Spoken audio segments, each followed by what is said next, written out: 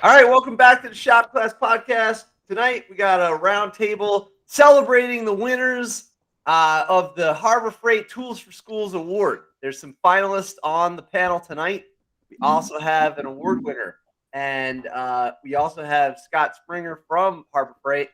He can give us some general overview. Just so everybody's clear what it is, Harbor Freight Tools for Schools, they spread the love around. They're honoring the shop teachers by helping them achieve something. So they have to write, they have to apply.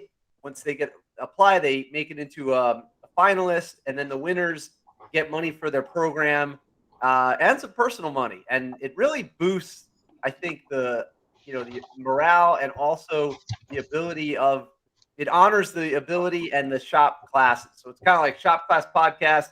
It's similar mission. So this is like a great thing that's going on. They just have a bigger budget than us. Yeah. You got to start selling tools. So just on the podcast tonight, we got everybody just say hi as you go, because then the screen will come up. We got Matt Bloomquist. Hey, guys. All right. We got Tim Zavecki. Good afternoon. All right. We got Nick. Good evening. Tech Ed Fireman. Brant Taylor's here again. Hack the planet. The cool hacker. We got Scott Springer. He's from Harbor Freight. And we got award-winning teacher Andrew. I'm sorry, I'm going to mess up your name. Please pronounce it for me. It's Saweikis. Saweikis. All right. Yeah. All right. So basically what I was thinking tonight the first thing I want to do was just like, what was it like winning the award? Because what they do is they surprise the teachers. So just so everybody knows, it's like almost like a game show in a way, But yeah. So what happened? So my TA was called up to talk to the principal, and at like the bus line, which is nothing out of the ordinary, but like he got a call specifically to go talk to the principal. And, I didn't think anything of it. I got the email the week before saying like, we're going to announce the winners, but a little bit later than, what they had in the past. So like when it started getting around the time, I started just like checking my email constantly, because I've gotten that email that Matt got where it's just like, yeah, thank you, but next year, hopefully. This is your second year applying? Yeah, this was my second year. And you were a finalist last year as well, or no? Yeah, I was a finalist last year. Okay. So, nice.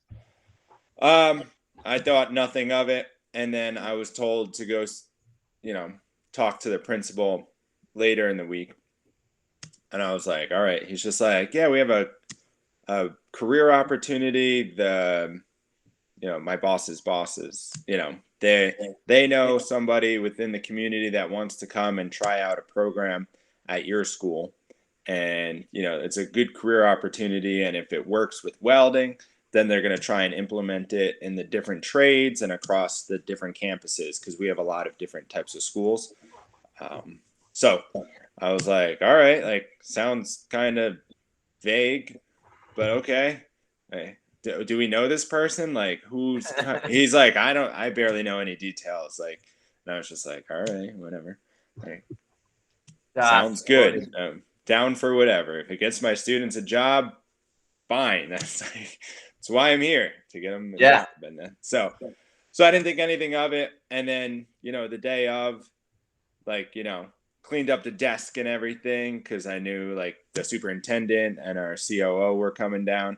And I was just like, all right, we have somebody coming in on Zoom, and apparently the principal stopped by and was just like, yeah, they just want to stop by for a quick 5 minutes, just pop in on the Zoom, say hello. They know the person running the opportunity. And, I was like, all right, whatever. And then essentially the principal came down, and he's like in a suit and tie, which isn't out of the norm, but like, he's like, got it all nice and spiffy. And I'm just like, all right. He's like, yeah, I forgot to tell you there's media too. And I was just like, that's weird. I was just like, really? for a Zoom meeting, I don't think we need pictures and all that stuff. Did you start And to then- suspect anything? What was that? Did you start to suspect anything? Not quite at that point. Then my students were just like, there's a lot of people outside. And I was just like, that's weird. So like all the Look, guys, I don't know if you see when Scott's smiling and he knows all about this. So was it like, yeah, there's a lot of people out there with a toolbox? No. So like my whiteboard, my smart board backs up to the transportation garage, like their offices. So they had that hidden behind there, and there's like a door that they could come out. So they ended up popping up out of there. But beforehand, they were like just videotaping and taking pictures of like the class and me. I and think the I've principal. actually got video of this. I think I found something. Oh yeah, you could see me get all emotional and stuff. All right, we got it. I'm gonna the pull this up.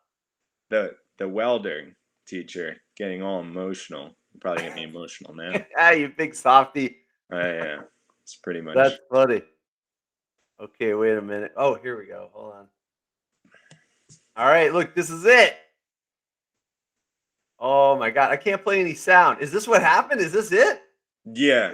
It's unbelievable. Wow, look at his clean desk. It's really not that clean.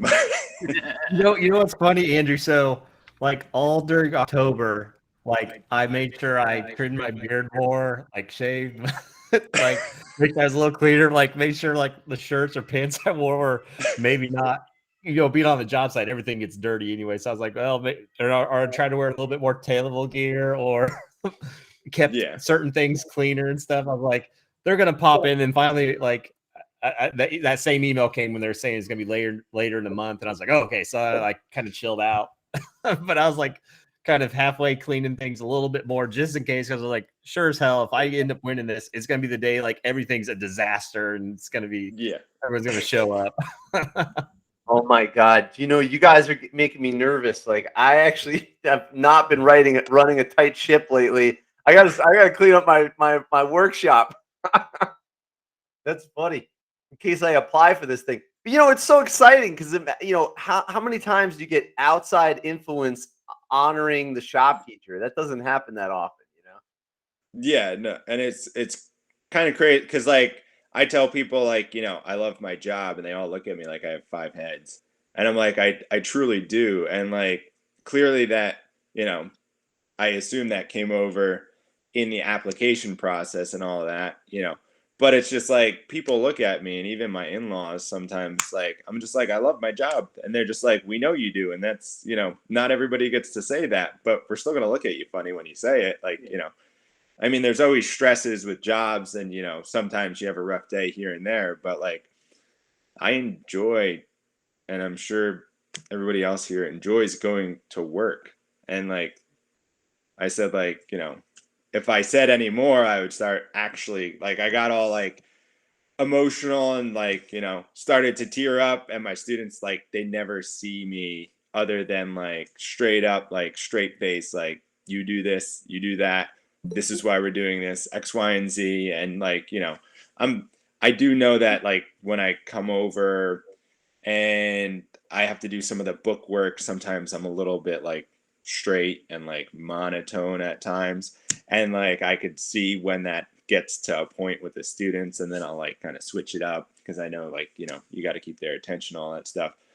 Mm-hmm. But I mean, that's kind of how I am, and I know that. But when we get into the shop is when I get more animated, because we get to do the things that not only they love, but I love to do, and it transfers over, and they see that enthusiasm, and then they get excited, and I bring in stuff that they like. We're all kind of young kids at heart, and like, so like all the projects I wanted to work on or I would like to work on, I try and find and bring those into the shop so that they get to experience those same things. And there are projects that we have as well that are just like, run of the mill. We have to make this for facilities. We're making speaker covers right now for facilities. And it's just like, kind of one of those like same thing over and over and over and over and over. but that's some of the stuff that they're going to run into when they get into a fab shop. So that's, when I got an email today saying, can you make 12 more? I'm like, yeah, that's fine. Whatever. You pay for the metal, we'll make them. But I know when I tell the students tomorrow, like, we have to make 12 more, they're going to be like, oh, really? And I'll be like, how about I let you TIG weld them this time? And they'll be like, oh, okay. Oh, yeah. So, like, you could change it and make it more exciting and more challenging by just changing one variable for the students. And all of a sudden, on a project that they didn't want to do, you now have kids fighting over wanting to do that one project. So it's like kind of implementing things like that. No, I mean, it's great. Like I always tell people, the kids at the school, I'm like, I'm not really a teacher. I'm just kind of like an overgrown teenager.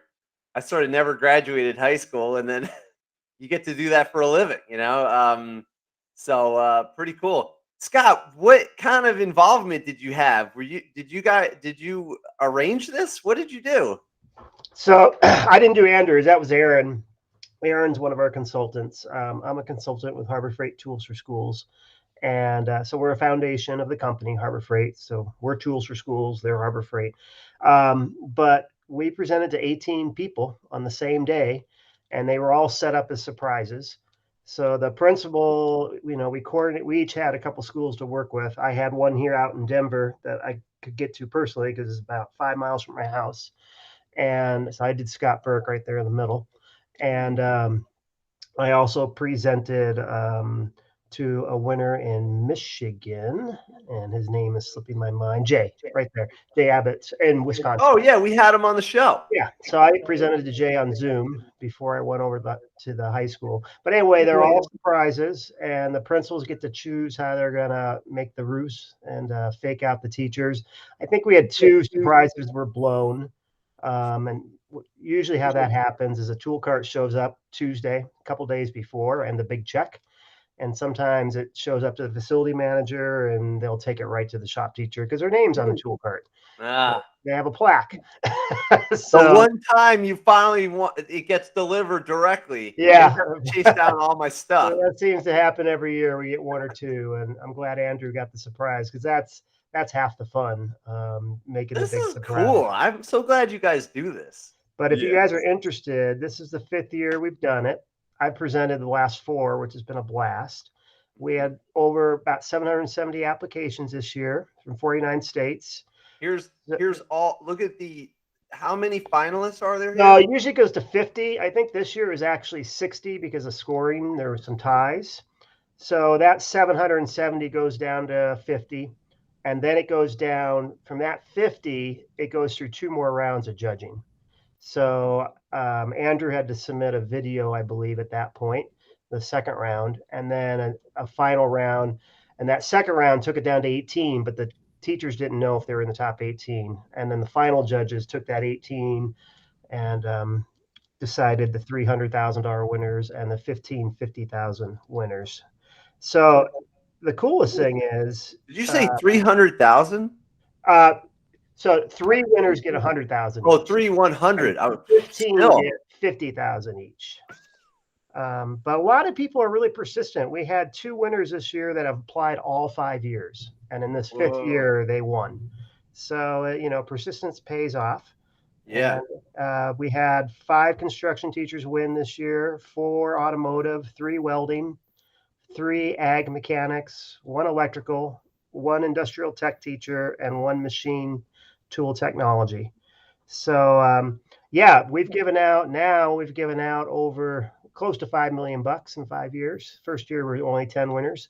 Wow. And, Harbor Freight giving out $5 million to American schools. I absolutely love that. So make sure you guys say Harbor Freight Tools for Schools. They get a little touchy about that. Because we're not the company. So right, it's the philanthropy. Right, you're the foundation. Okay. So we always say the company supports us, but we don't support the company. So we're not allowed to advertise a company. So we have to say Tools for Schools. But I will mess this up in the future. Just so we're clear. You're not the only one, but we just keep correcting people and they get it. Now, in general, I feel happy shopping at Harbor Freight, knowing that money is going to the American schools. Yeah, that's where it comes from. That's where it comes from. So Matthew, keep applying because you never know. Like I said, two of these guys, all 5 years, and they cracked through. So Nice. Yeah. Oh, yeah. This being a finalist definitely gives more confidence because then you get to see that next round, kind of what it's like, and then. And the funny thing was, I felt less confident this year about mine than I did last year. Did you get your email from Matt? Did you get your email from Tay about your $1,000 you're going to get? Oh yeah. Okay. I gotta get that form filled out. So all these 60 people will get $1,000 each for their program. Yep, $1,000 gift card. Yep, that's awesome. Yeah, this was great. I was blown away just to be a finalist, and I'm already. And the best part was,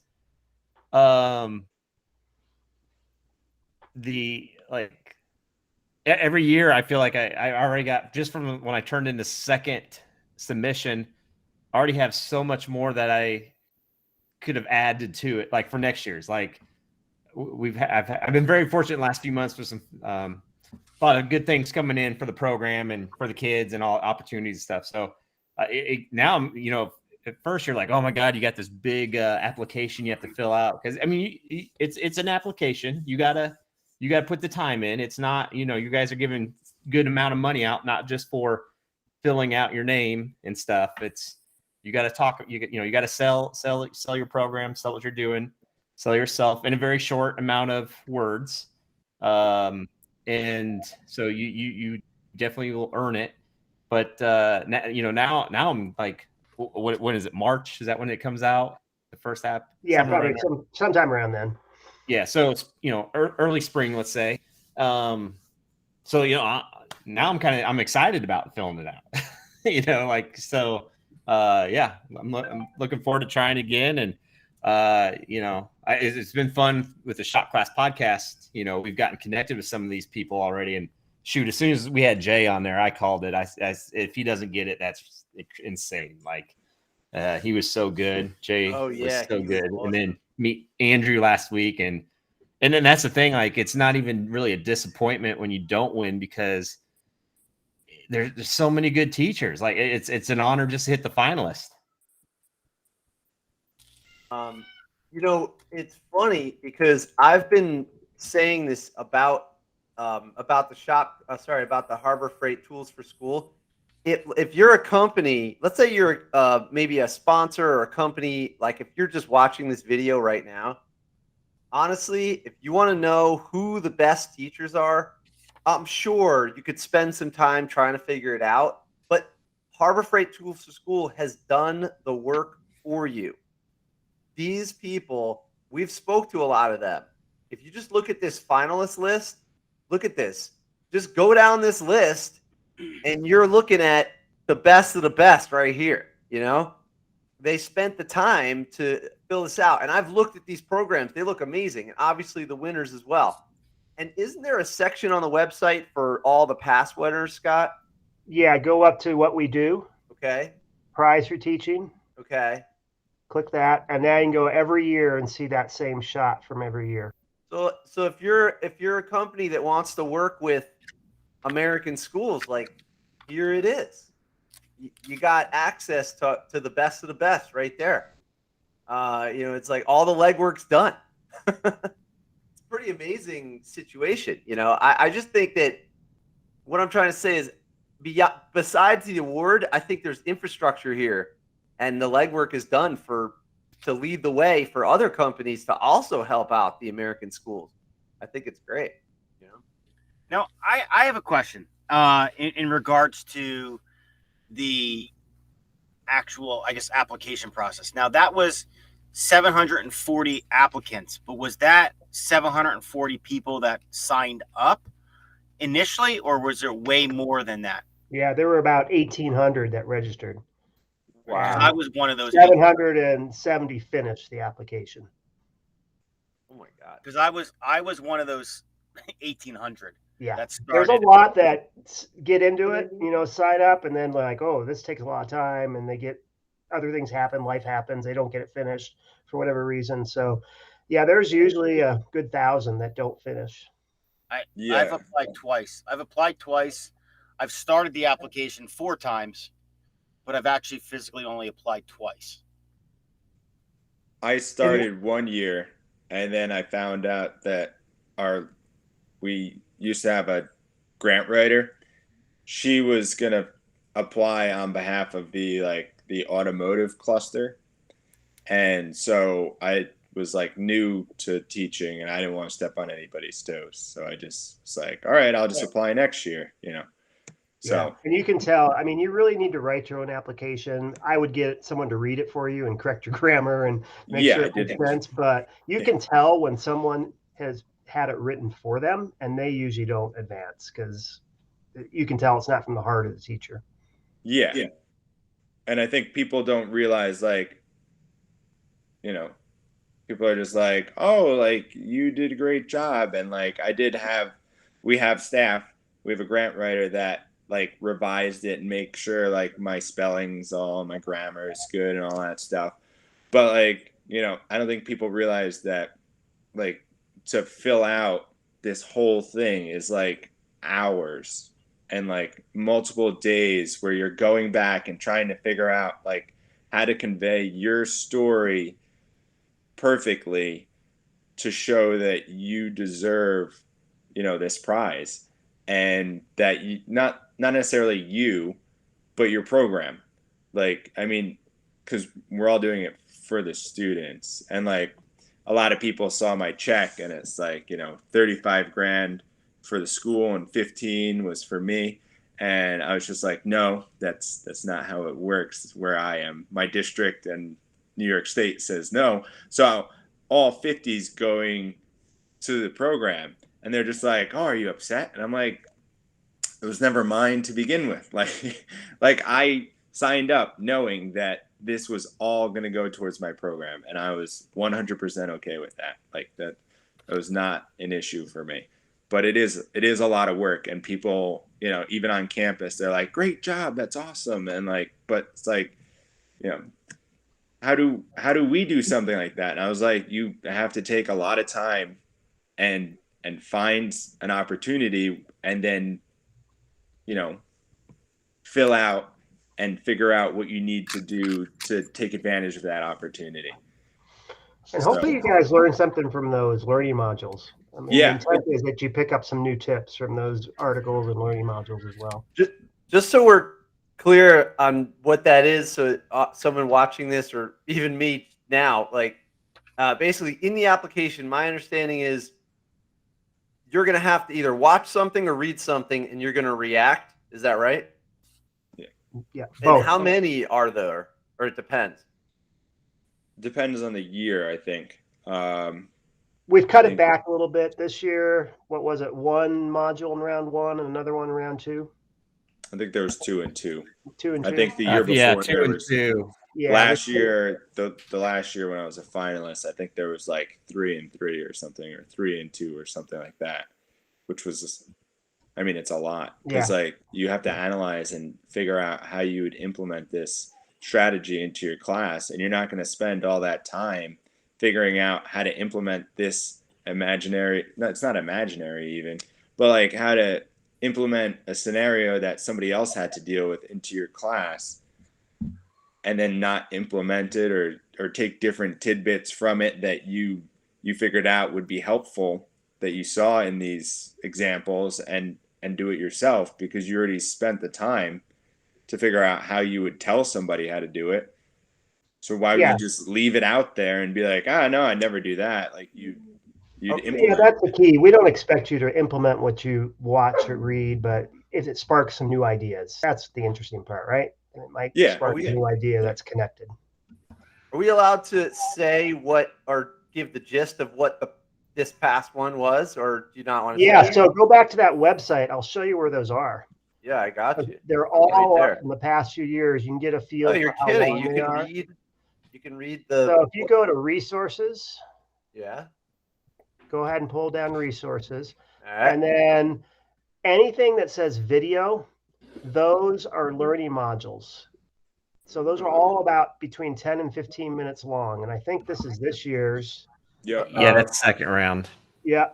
Hey, so hold on, excuse me, every Scott. learning module from the last 5 years is on there, and the articles are on there as well, so you can see them. and you can see who's down. There's some really good ones on there. They're really good little mini, just learning things for anybody. Hey, Ron, I don't, Brant, are you watching? Look at the one right there. It says you're gonna have to say it for me. Oh, Demystifying data, your skilled trades classroom. So this was one of them this year, right, Scott? That was the data collection one. And Brant, if you're still on, I think you are. I'm right here. The data collection, the data collection. If we would have came up talking about the brain bucket stuff back before I did this, we would have been able to blow. I would be able to blow that data collection thing out of the water. that's the first thing I thought of. Make sure that When you and I started talking about the brain bucket and data collection, I was like, "Oh my gosh, the Harbor Freight Tools for Schools application." But if you pull down all videos, anything that's a video has been a learning module over the last 5 years. So okay, there was 2 of them where the link didn't work. I'll check that out on my side, and I'll let them know if that's okay. true. Here's another one. I like the data idea. That's interesting. we'll make sure you're in position to pull that down next year, Matt. Yeah. There we go. Yeah. So this one is expanding the meaning of safety. Okay. I like fail safes as a way of teaching safety, because like people think they're just gonna like pull their finger out. Like you're not. It's gonna hurt you before you get a chance to say ow. That's way before that happens. So I kind of illustrate that. You have to plan ahead. Okay, so how can skilled trades teachers expand the meaning of safety? And I guess they're talking about it here. Yeah, that was this year. Yeah, that was this year? Yeah, that was the first round 1. That was part of round 1. No, that was last year. Sorry, I'm getting my years mixed up. I've been doing it. Yeah, if I click on this one, the listening to your customer, I see that. I'm going to email them right now and let them know. Yeah, and then this one too. Yeah. But then this one here, 4 ways to support teen social emotional development at school. Okay, and this is not a video. This is like a written thing. Right. Yeah, so you have to read through and okay, kind of like get support. I actually got some good stuff. I think was from that one. That's cool.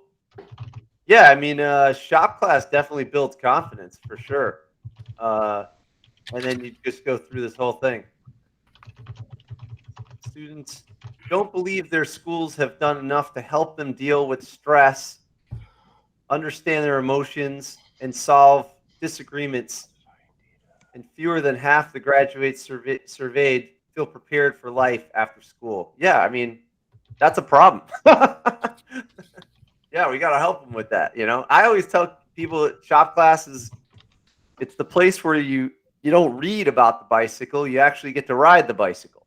So it's kind of like the application of all the other classes. And I think that does bring some confidence. Let's see what else you got. Infrastructure, conversations everywhere. Okay. Why aren't we talking about high schools as part of the solution? Oh yeah, I agree. Oh my God. Yeah, this is cool. So it's pretty. You guys put a lot of work into this. It's not just. Yeah, and you can. It's not a raffle. Yeah, so if you go, you can sort them by video, by article. There's just all sorts of ways to check everything out.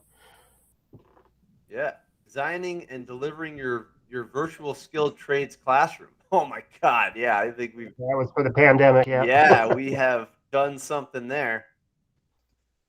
Now, I kind of have a question, and I think this might, for maybe people that are listening outside of, right now, is like I'm in a situation where I'm a part of the manufacturing and engineering pathway for my school. Now, necessarily, it's not my program, if you will. And like there's multiple teachers in the program.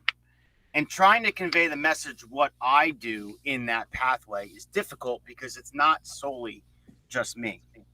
So as an applicant, and the problem that I find as I apply is how do I convey about my program? How can I take the credit or not take the credit for what we do? because I'm not the only one that does it. So Yeah, how does somebody apply that's in that scenario? No, that's challenging. I hear you. We used to allow teams of teachers to apply, but it got pretty messy and muddy. So this year we said just one person. So I think my best advice is you talk about what you do and how you contribute to that overall program. Because whether you're at the beginning level or the middle level or the advanced level, depending how you guys break it out, you're an integral part of what's happening. So I think it's okay to talk about your whole program because you're either preparing them for the advanced or you're polishing them at the top. So I think it's okay to talk about it all, even though you're not directly teaching it all.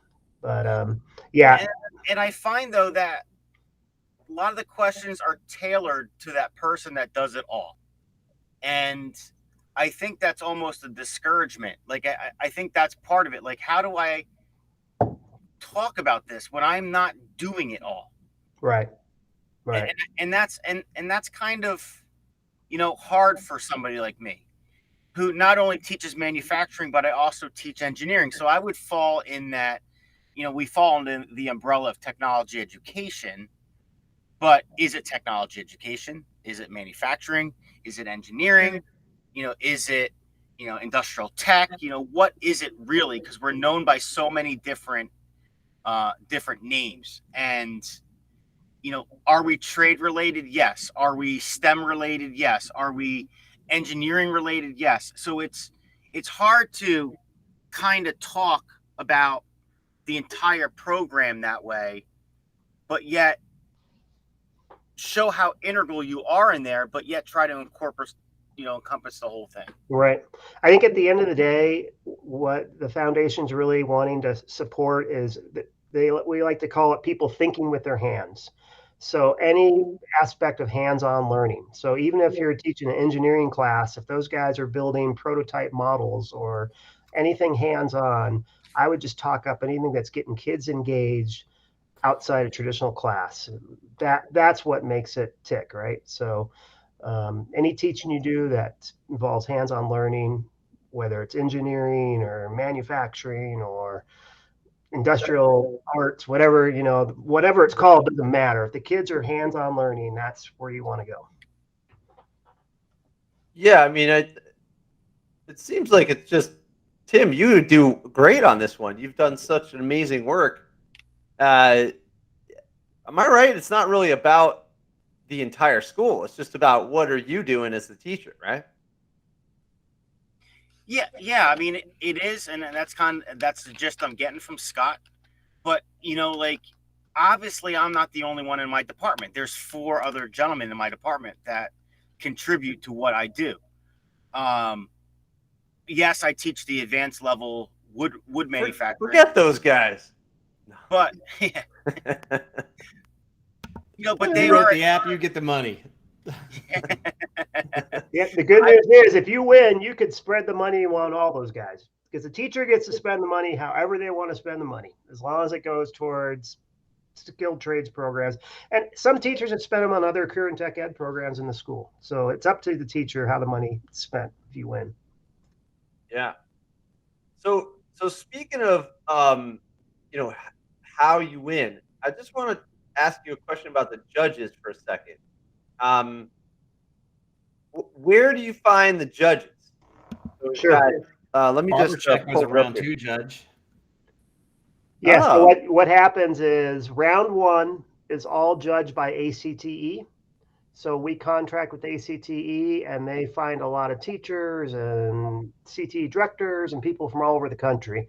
And they do the heavy lifting in round 1, getting it from 700, 800 down to 50 or 60. Wait, what is ACTE? Association of Career and Technical Educators out of Washington, D.C. Oh, no kidding.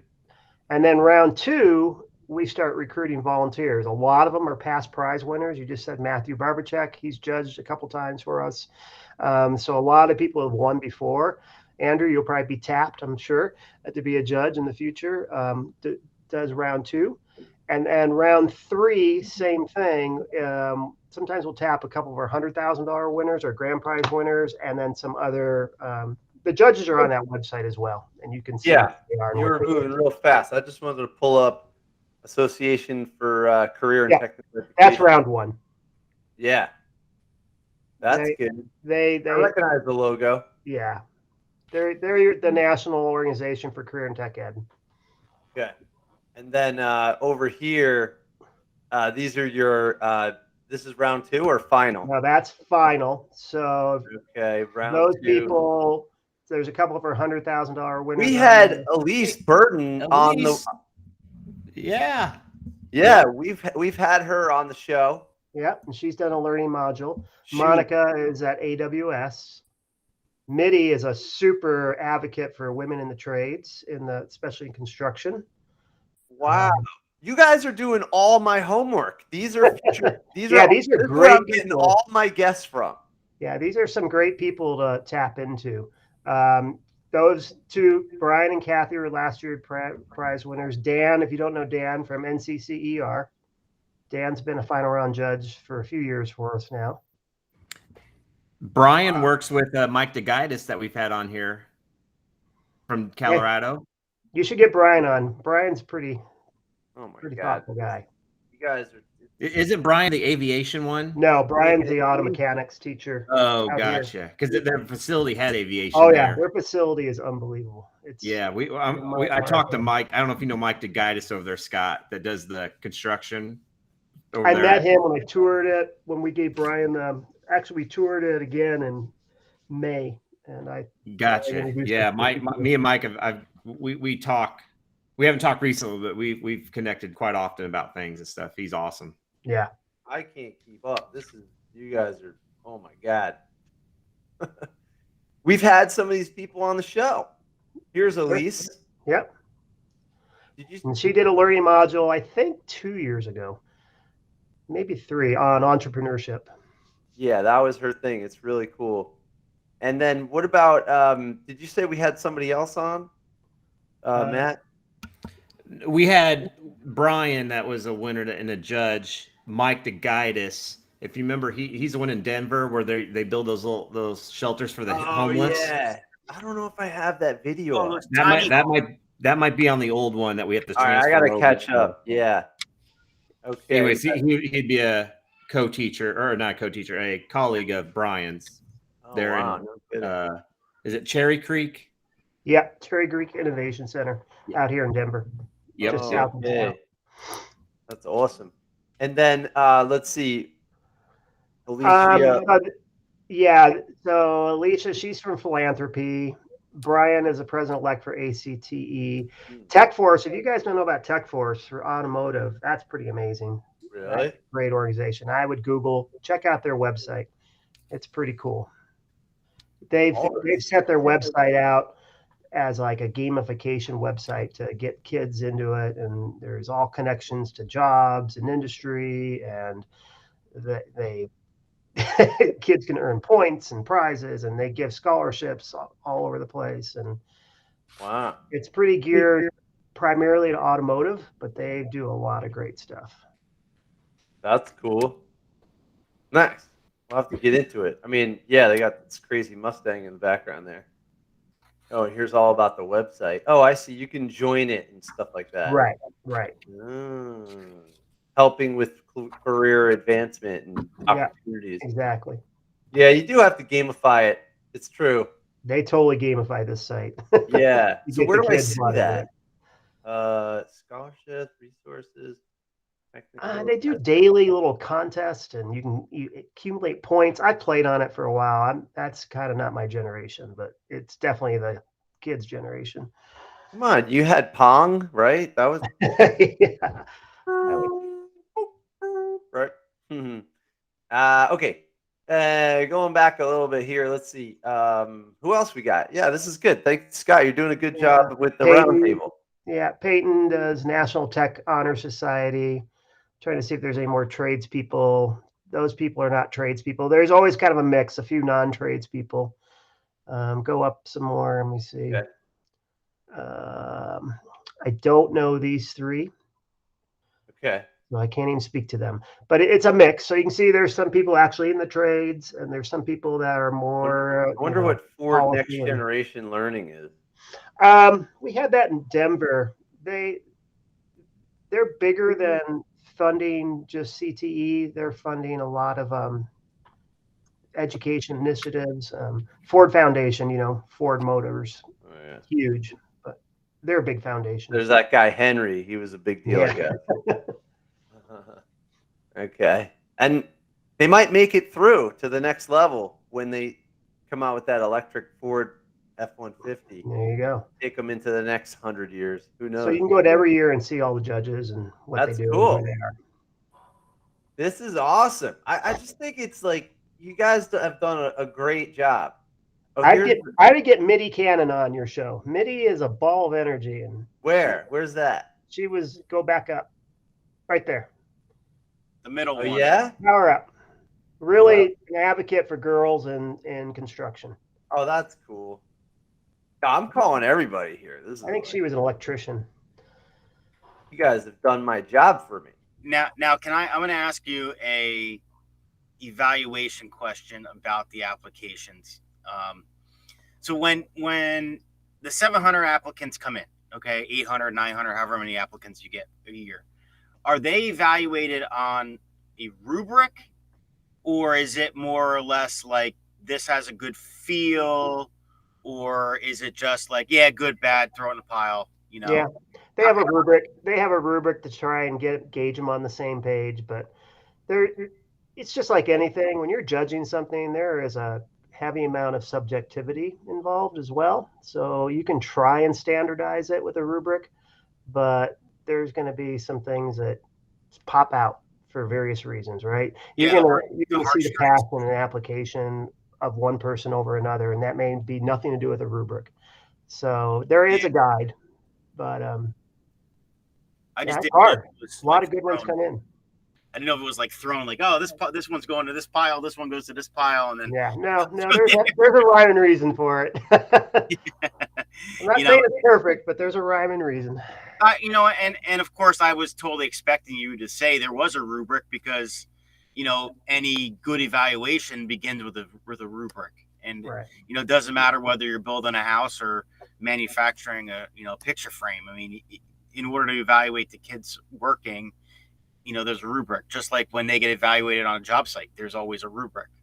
There's an evaluation thing. Like when I get evaluated in my classroom, there's a rubric. There's a guide, on a scale of 1 to 4.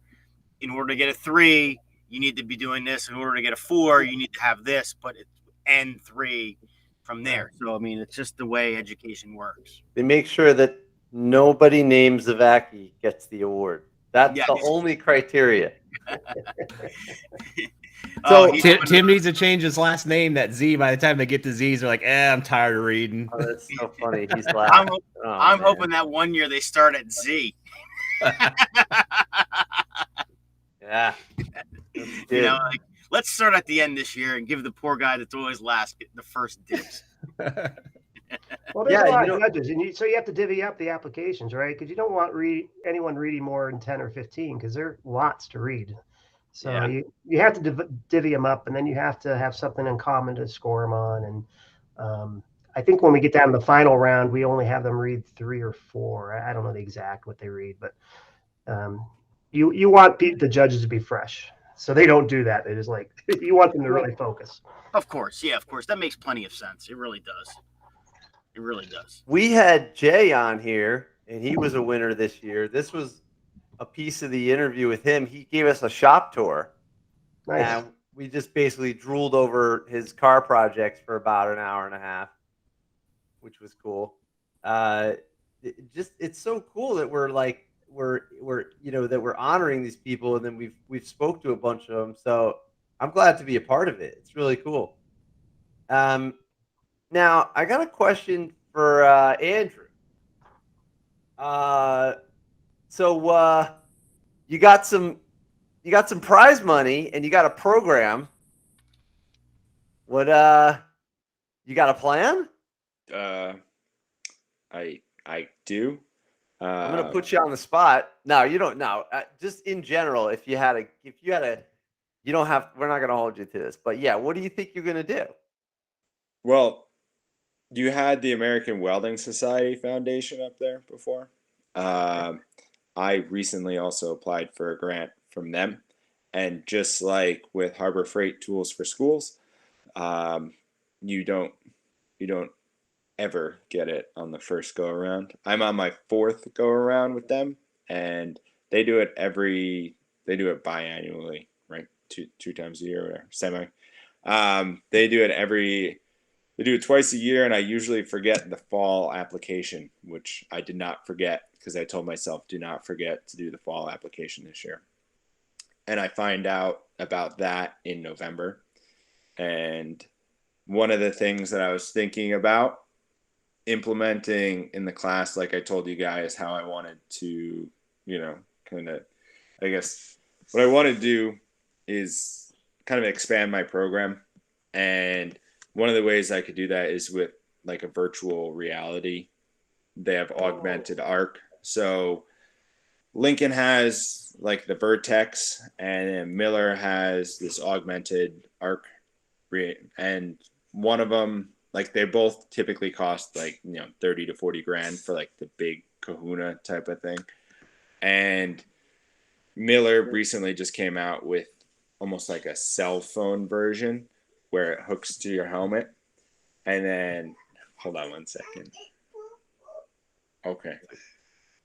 My little one got a boo-boo today. Oh. Do you want a hug and a kiss? Okay. I know. That is cute. So so that's the big one. So as a school, I kind of know that I could get it for $26,000. The AWS is willing to give people $25,000 for the workforce grant. I've been trying to get it, trying different ways, different ways about trying to tell them that I need this, or in the past I've tried to get different types of welding machines, but luckily our school has been supportive to my welding program and has been willing to. Yeah. Yeah. Go see Mama. How's it going?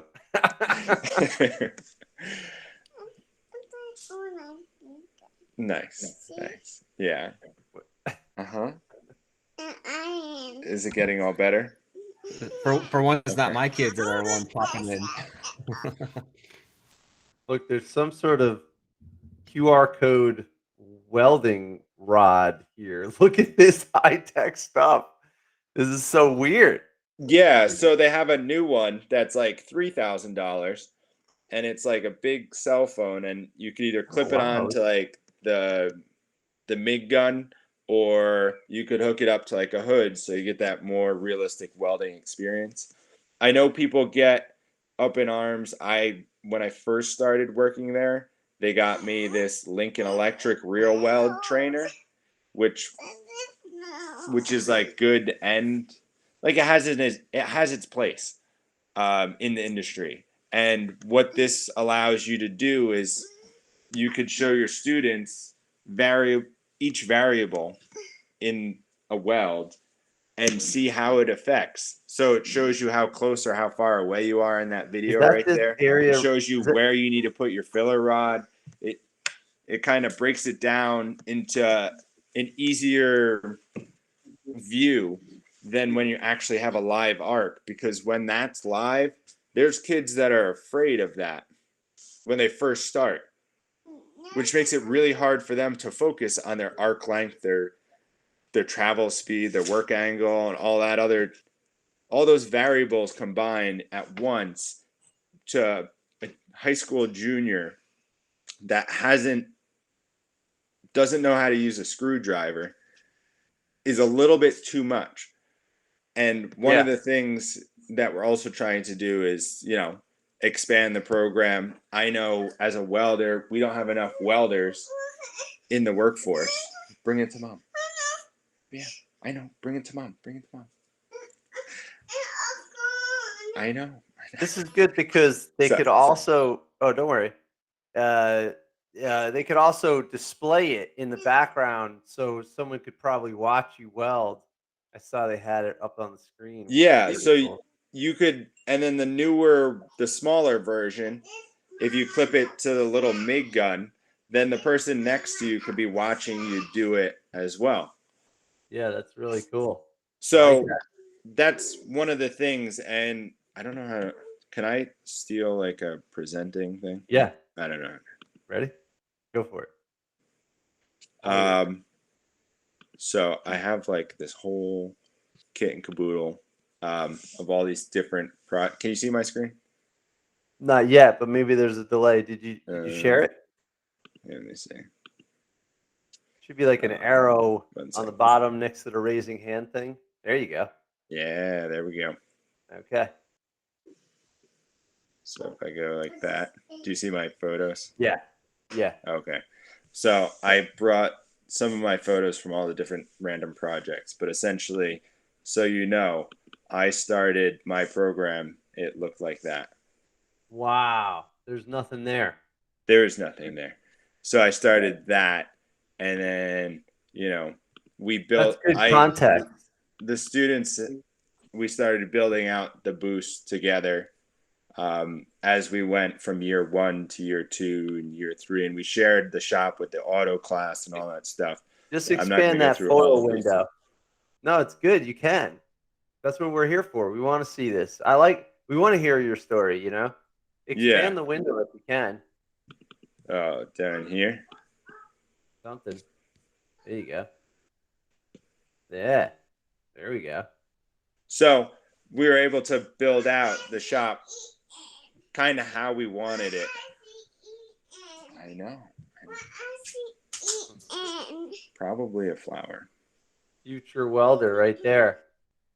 So we took on all these different jobs from the different schools. So Rockland Bosse is kind of what we touched on before. We have a lot of different schools within our umbrella. So we cater to a lot of special needs students, as well as, you know, students that want to get into technology and engineering type of stuff. And then career trades is our other one. So we make a lot of different projects. Different teachers come to us. Oh, cool. Go-kart. Oh, this is a drift bike. Yeah, this is a drift trike that we ended up making. As you can see, we did in the background, there's a couple smaller booths. That's because behind that set of booths, there was 2 more garage bays, but that was still part of the automotive program. So we still just had one school bus. Nice. I'll get it tomorrow. You just unclip. Sorry, one sec. All right. Push. Hey guys, I gotta go. My wife's calling me for dinner. Matthew, congratulations on being a finalist. Andrew, congrats on being a winner. Thank you. We'll be talking to you a lot. You'll get to know me more than you want to, I'm sure. Okay. Thanks, everybody. All right. Thanks, Scott. All you guys Thanks, do. Scott. All right, bye. Thank you. That's pretty cool. Yeah, I like seeing the story of from zero to hero right there. And how many years did that take? This is my 7th year, and this is just like a gift from one of my students, but like at the end of the year. And then these are all just different projects we made. This is for the outline of the county. This is when you walk into the main office, you see this. Nice. A little trailer we were making for one of the students' senior projects. This was a Skills USA state competition submission for the sculpture. Like I said, there's a liability issue sometimes with, you know, building projects for people outside of like the school district, that, you know, you don't want to be welding something that falls apart and ends up hurting somebody. But I'm the one overseeing it, and if it's going on my tractor at home, then I'm okay with it. And Right. I could kind of certify the quality of the welds, and I know it's not going to break. And if it breaks on me, I'll fix it at home. So the students actually built this whole bucket Cool. on the front of this. And we came up with a quick sketch. We figured out the quick attach for like the Bobcat, because I have that on the front of my tractor. And I pretty much had the students come up with a rough blueprint and with some critical dimensions that they had to be within, and they ended up fabricating the front bucket on this. And then this is the robot that we're talking about. Oh yeah, we saw that last week. That was cool. Yeah, you can see the screen on this one actually. So yeah, you were holding out on us last week. We didn't get this many pictures. I know. Well, I didn't. I wasn't prepared last week. So yeah, I had a lot of students that are like, you know, when they get to do stuff like this, they're much more engaged than, you know, in, you know, weld these two pieces together type of thing. Yeah, absolutely. Project-based learning. Yeah, and that's pretty much what I kind of jumped into the whole classroom with, because I didn't have anything. So like, if you don't have a ton of material to weld with, and all you have funding for is to essentially build your shop and make your booths and all that stuff, then that's what we got to do. So that's kind of what I like just went with straight from the start. This is the students when we're at the trade show. You can see some of the other robots in the background from some of the other schools that competed. And right. Then, good night. I love you. Very cute. Then we got roped into making everybody's retirement gifts, because as you guys saw last week with all my welding and sign expertise, we got roped into doing a lot of those. This is our Spirit Week trophy that we were volunteered to make. So that this week is actually Spirit Week. We've made this 3 years ago, and we haven't seen it since, because the class with the best participation gets it. My students' logic is we could always just make our own. So yeah. This one has a piece of mirrored stainless behind it, and this is for like one of the teachers that goes above and beyond for student Spirit Week. This is questions. I'm good. No. Well, so just going back to what you're going to do with the money. So you're thinking about getting a virtual welder, which I think is very interesting. Now, I didn't mean to pull up just Miller. There's also Lincoln. Is that right? There's the Vertex, but again, it's like the big one. It's like 30 or 40 grand. Okay. And then you might combine. Yeah. One thing I don't want to do is spend all my money in one place. Right. So what other plans do you have? I'm just gonna skip through a lot of these. No, these are cool. We can come back to this. I was just pulling it back to. I want to know what you're going to improve, because it's like you're already at a high level. It's very impressive. So this is when we took over the auto shop. You can see our lockers kind of on the right that we made ourselves. This whole second floor we designed and built ourselves. This mezzanine with the I-beams and the wood, we did that last year, and then we installed the fume extraction system. We added another one. So we're all about shop improvements. This was a school visit. We could go back to a couple of these. Sure. Okay.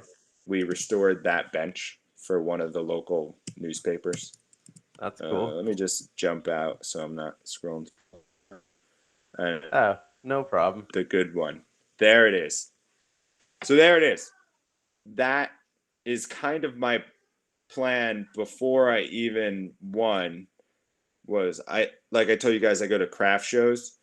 This is a 1968 Grumman food, like a bread truck.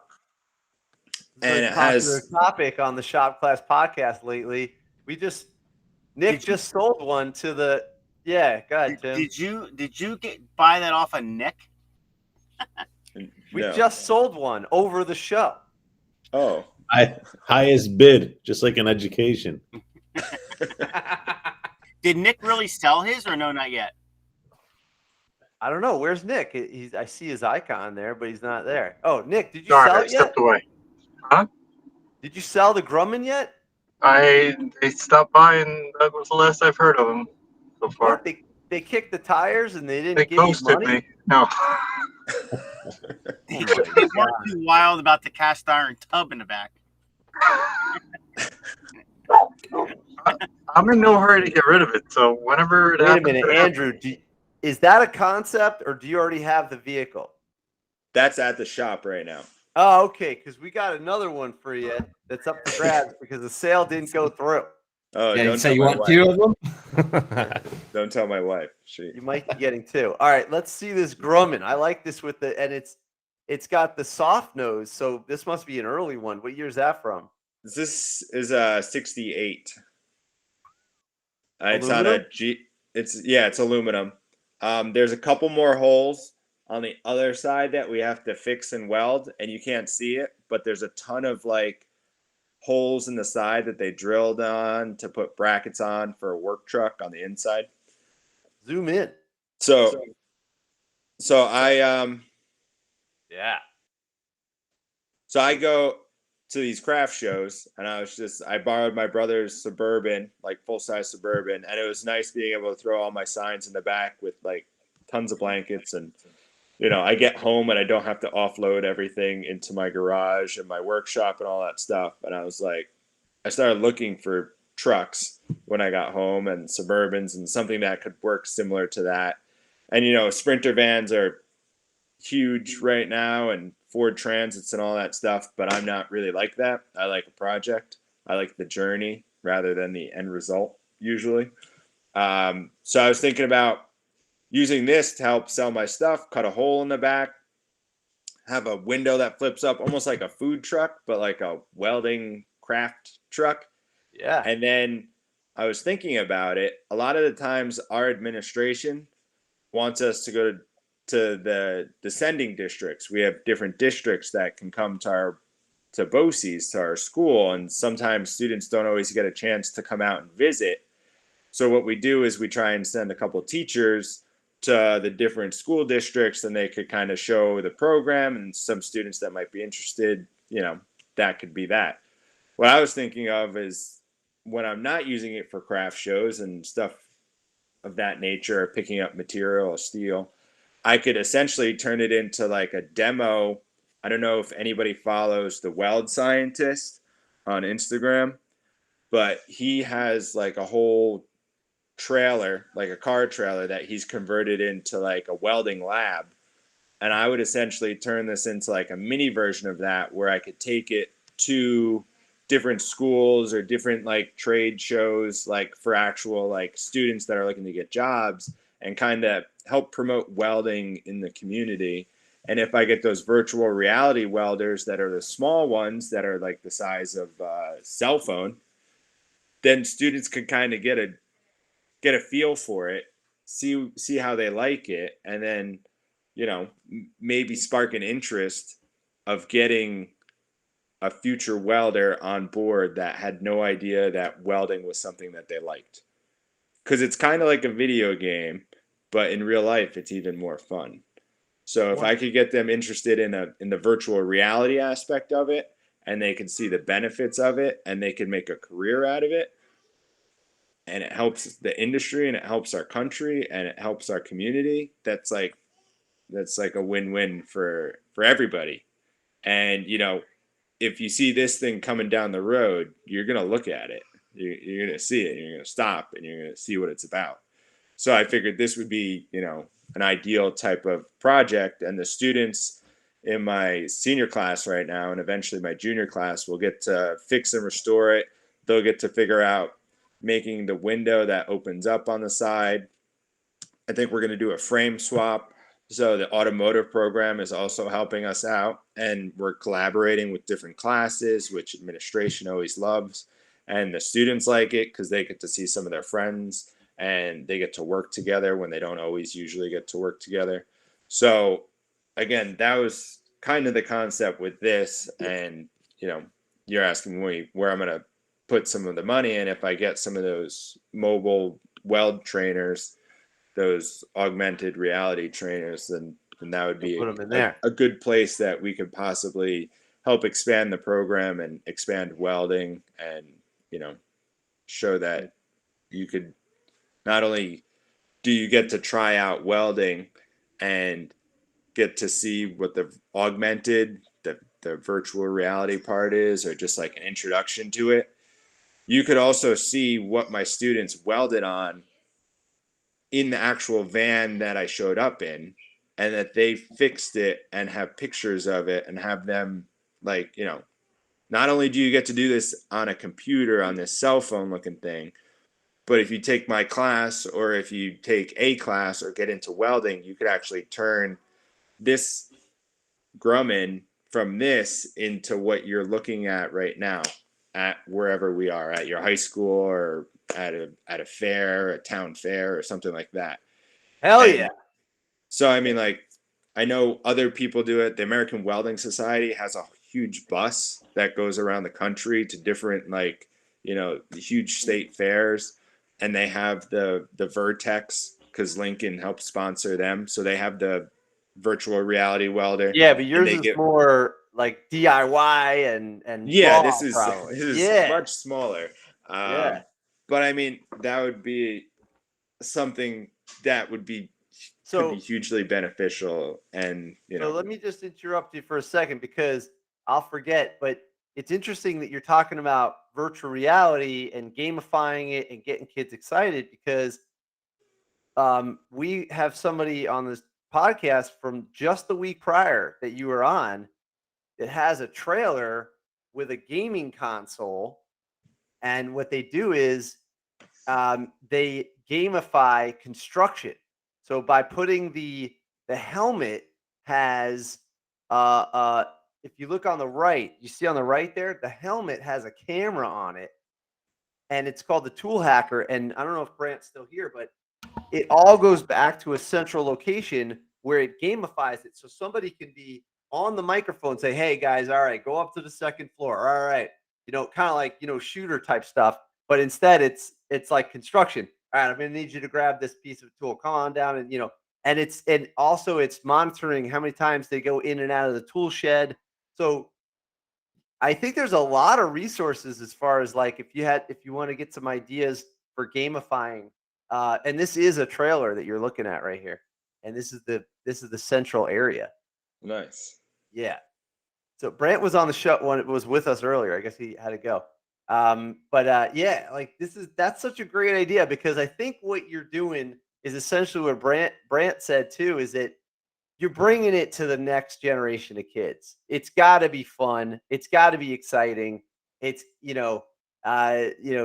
welding certification is probably not as exciting to a kid. Yeah, because of course you need that for the job or whatever. But like, really, they just want to like modify cars and like build railings for their house and stuff like that, or build like skate ramps or something. Like, Yeah, or they want to go-karts. fix their dirt bike. Like, my Yeah. morning class is full of kids that like go riding on the weekend and fix their dirt bikes, and you know, they in the winter they grab their sled and they go up north and they're out in the Look at this riding crazy the helmet. lakes and all that stuff.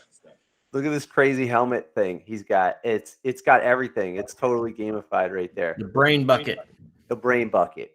And then you do it how you want. You're definitely an artist, but you gotta look at this one spot in the video where he turns on the disco mode and he's got a smoke machine.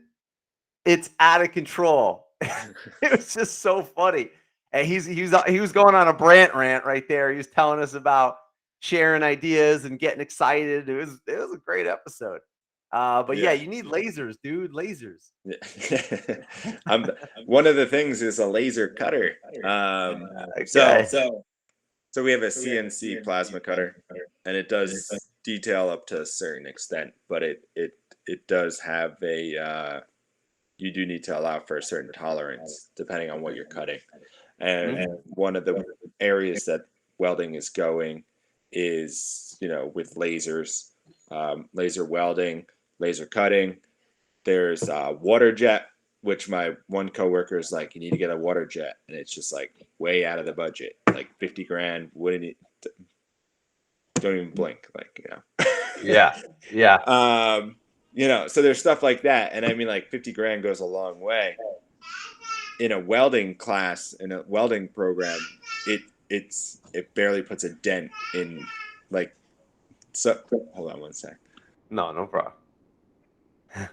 Yeah, I mean, it's totally like it's so exciting that you got educators that are like super into it. I just think it's so cool. I brought up Nate's, the welding scientist, Instagram,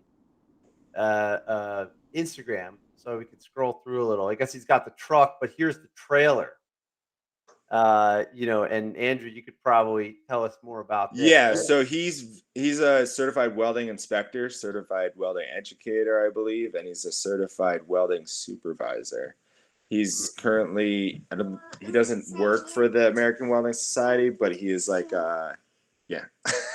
he is a huge he's kind of like a spokesman. He's done some videos for him and stuff as well to help promote the trades. He works for a distributor out in, I believe, Oregon, and he kind of turns a lot of things into like a science project. And I know for me, welding is like everything. So like when I listen to him on like the Arc Junkies podcast with Jason Becker, like who used to be on weld.com, the YouTube channel, like they talk about this stuff and you just get like amped up about welding. And he's kind of coming up with different ways and to teach and show students that, you could do certain things like, and make it exciting for students and show them that if you get into some of the details and you learn some of the theory, it will make your job so much easier. And it'll make your welds look so much better and so much quicker. And if you want to be the best welder in the class, actually reading the textbook will actually help you become that person. Even if you're just like not a textbook person, there are still ways to learn and learn the same topics and apply them in the classroom to further your skill set without having to read a textbook. There's videos, there's podcasts that you can listen to. I constantly which podcast did you mention about the welding? Arc Junkies podcast, and that's run by Jason Becker. He's down in Florida. He's a certified welding inspector and educator. He's more in administration at this point, but he's growing a bigger welding college down there.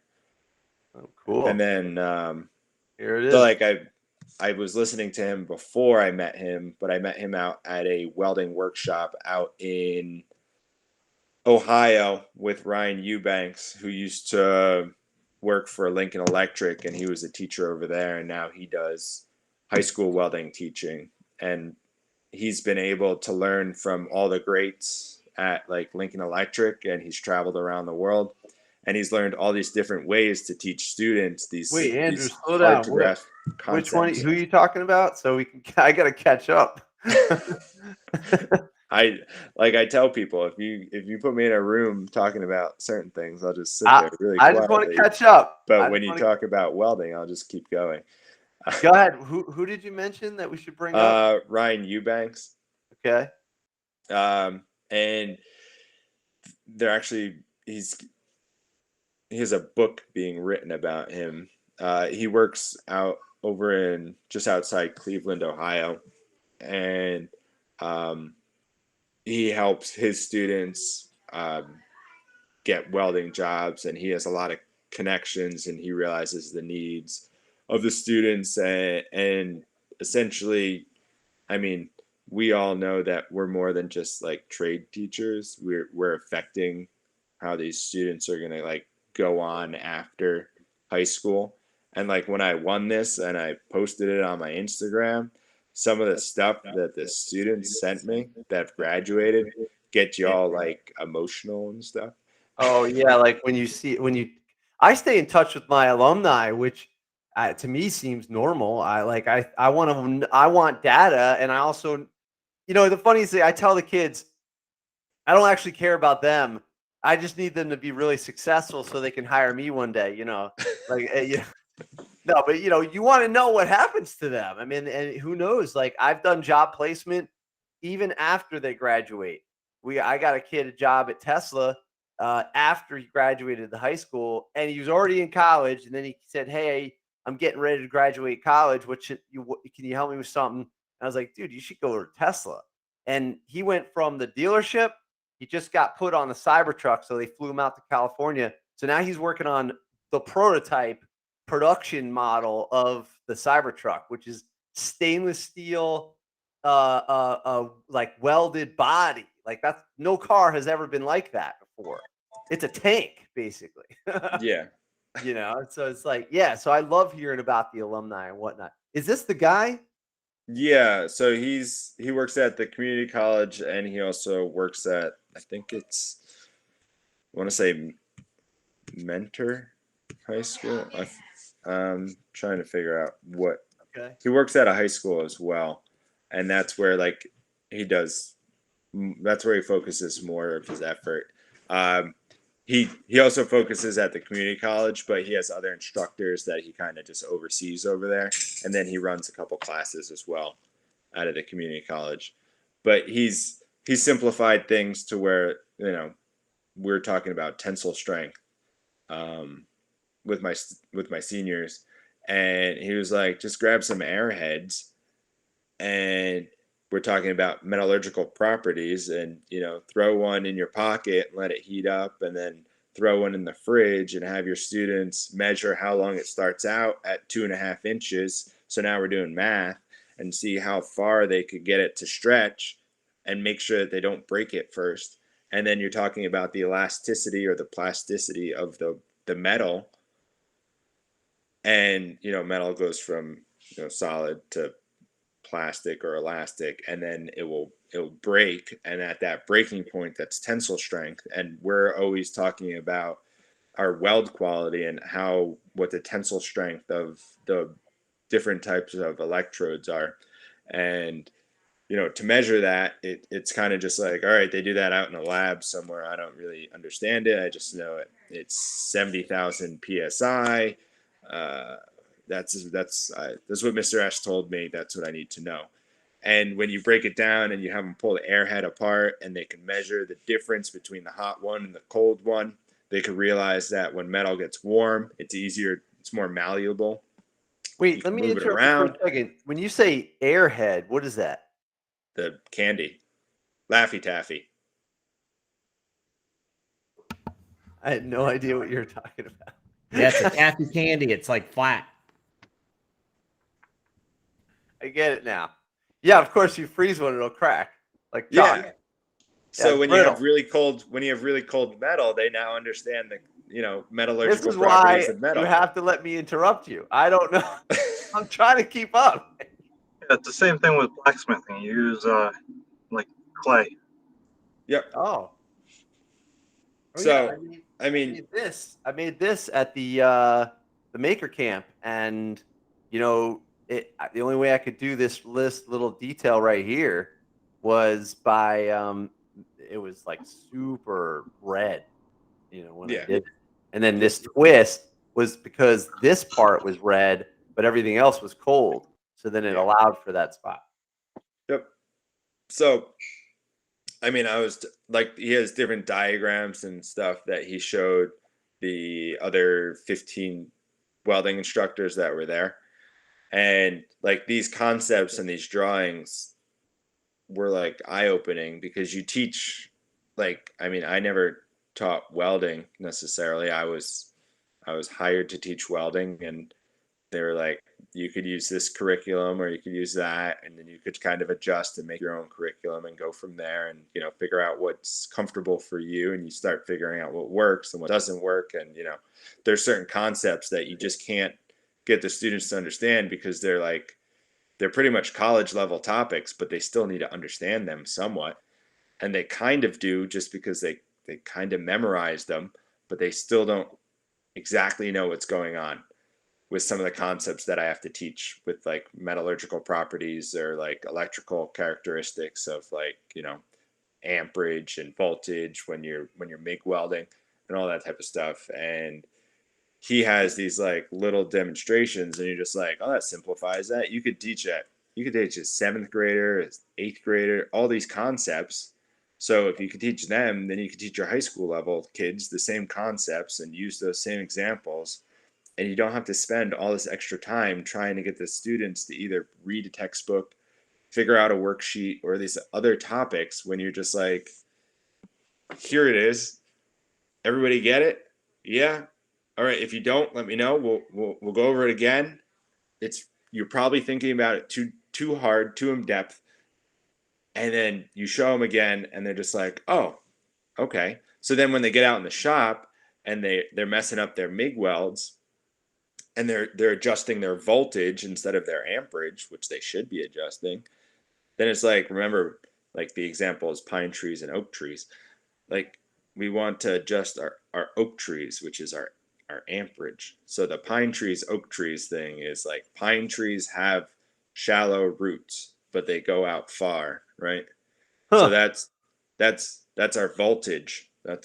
So when we're doing MIG welding, when you adjust your voltage, you're adjusting the width of your puddle on top of what you see. When we cut it in half and we want to see how deep it goes, that's our amperage. That's our current. That's our oak trees. Oak trees have deep roots. The voltage does something with the width? The width of your puddle. Oh, okay. How wide your puddle is. So a lot of times, even like a lot of people that have been in welding don't realize this concept, and they just kind of play with the knobs until it looks right, but they don't know exactly what they're doing because they weren't trained correctly. Probably me. And so, you say, well, what do you want to happen?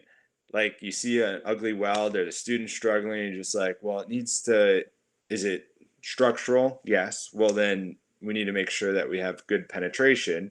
And what has deep roots? A pine tree or an oak tree? And from the example, they know oak trees have deep roots. So we need to make sure that we have good amperage. And again, I show them the different books that they can refer back to figure out like their baseline settings. But again, students don't always run back into the classroom to check those books and then come back out and adjust correctly. But the concept's easy to understand with like pine trees, shallow roots, they go out far or they're narrow, and then like the oak trees have the deep roots and that's your amperage. Like it's an easy concept for them to understand without having to go into detail of like current and all these like I talk about food. Yeah. I say high voltage is like a sour tart that's like super amazing. And then I say, hey, are you full after eating a sweet tart? And they're like, no, it's too small. I'm like, well, yeah, because you didn't have enough amps. Yeah. It's high voltage, but not enough amps. There's not enough amount, Yeah. Yep. The other thing I would say, I agree with you, just backing up what you're saying, is that you got a situation where the textbook is more like reference and it doesn't have a story and there's no context. So there's no entry point for the students. There's no way to get in. And so when they have these books on the shelf, people they buy these books and people sell these books. But what the missing piece to the puzzle is that you need either a teacher or a story or context to make it digestible. And so you're doing a great job of that because you're using analogies, and that's what makes you a great teacher. This is awesome. Yeah. So I'm just always trying to figure out things like that and that make me a better teacher. So like when I was out there with Ryan and Jason and all these other teachers that were, just like me, like great teachers, were there for the students. The one guy, Kyle, that was helping run it was like, we're like life changers, essentially. Like we all know, like, especially us welding teachers, we know not all of our students are going to be welders. I know like some of the electrical kids, like they want to be electricians and that's what they're going to be. And they could do that. But with welding, it's like there's so many facets of it and they can go into so many different facets, but I don't think the students quite know that. And I try to educate them on that. But some of them, like they come in because they just want to learn it quickly. they have a landscaping company. It will help them repair stuff where they don't have to pay somebody. They're really an automotive kid. They're going to automotive college, and they know that welding will drastically help and improve them being able to fix their own cars and stuff like that. So you have students like that where you're trying to get them the most skill level and most knowledge that you can into them as quickly as possible. But there's a balance where you're just like, all right, like we know where you're going, but at the same time, it's also frustrating because like sometimes you get some kids, they're just like, oh no, I'm gonna go into plumbing, and you're just like, but you're a great welder, and we could really use you in welding. Oh, I've got kids that come to me and say, I'm sorry, I can't take your class. I'm going to go to med school. And I say, okay, what do you think is going to happen as a doctor? You think you're not going to use robots? You're not going to use engineering? I'm like, dude, I don't even think you're doing surgery anymore. It's all going to be robots in the future. So you probably should join the robotics team if you want to be a doctor, which is ironic, but that's where we're headed. Almost the same way that the automotive kids need to learn code and CAN bus and automation, because that's a real thing now. The cars are going to drive themselves. Let me ask you a question about, this might seem naive, but as far as certification goes, people ask me all the time, hey, are you a certified welder? Which I'm not. But my understanding of certified welding is you're only certified in one position, or a particular position with a particular a process and a particular size of electrode and a type of electrode and what you're going to do. And it's usually only for 6 months for that job by the company. Am I right about that? Somewhat.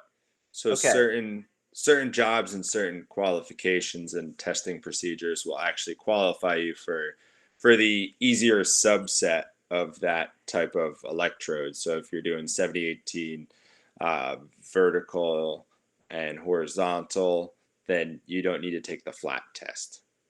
So if you pass your vertical, then you're proficient enough to do a much harder task than the flat. There's like a pyramid. Like if you could weld around a pipe above your head, you probably don't have to do the flat, right? Yeah. Okay. So, but there are different requirements on different job sites. So the problem with certifications, there's certifications and qualifications and all different types of verbiage and requirements for different types of jobs. So I was certified when I was doing small ironworking when I first got out of high school. We had to do a job where everybody needed to be AWS D1.1 7018 vertical and overhead certified. So I got my certs for that.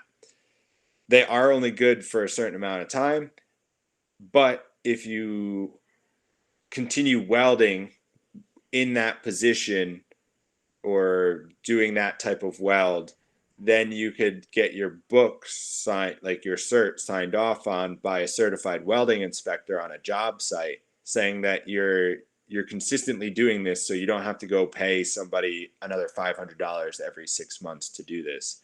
And that's good for a few years. You could keep it running. And then eventually, the thing is with certifications that I get a lot of questions with from parents is, are they going to be certified when they leave?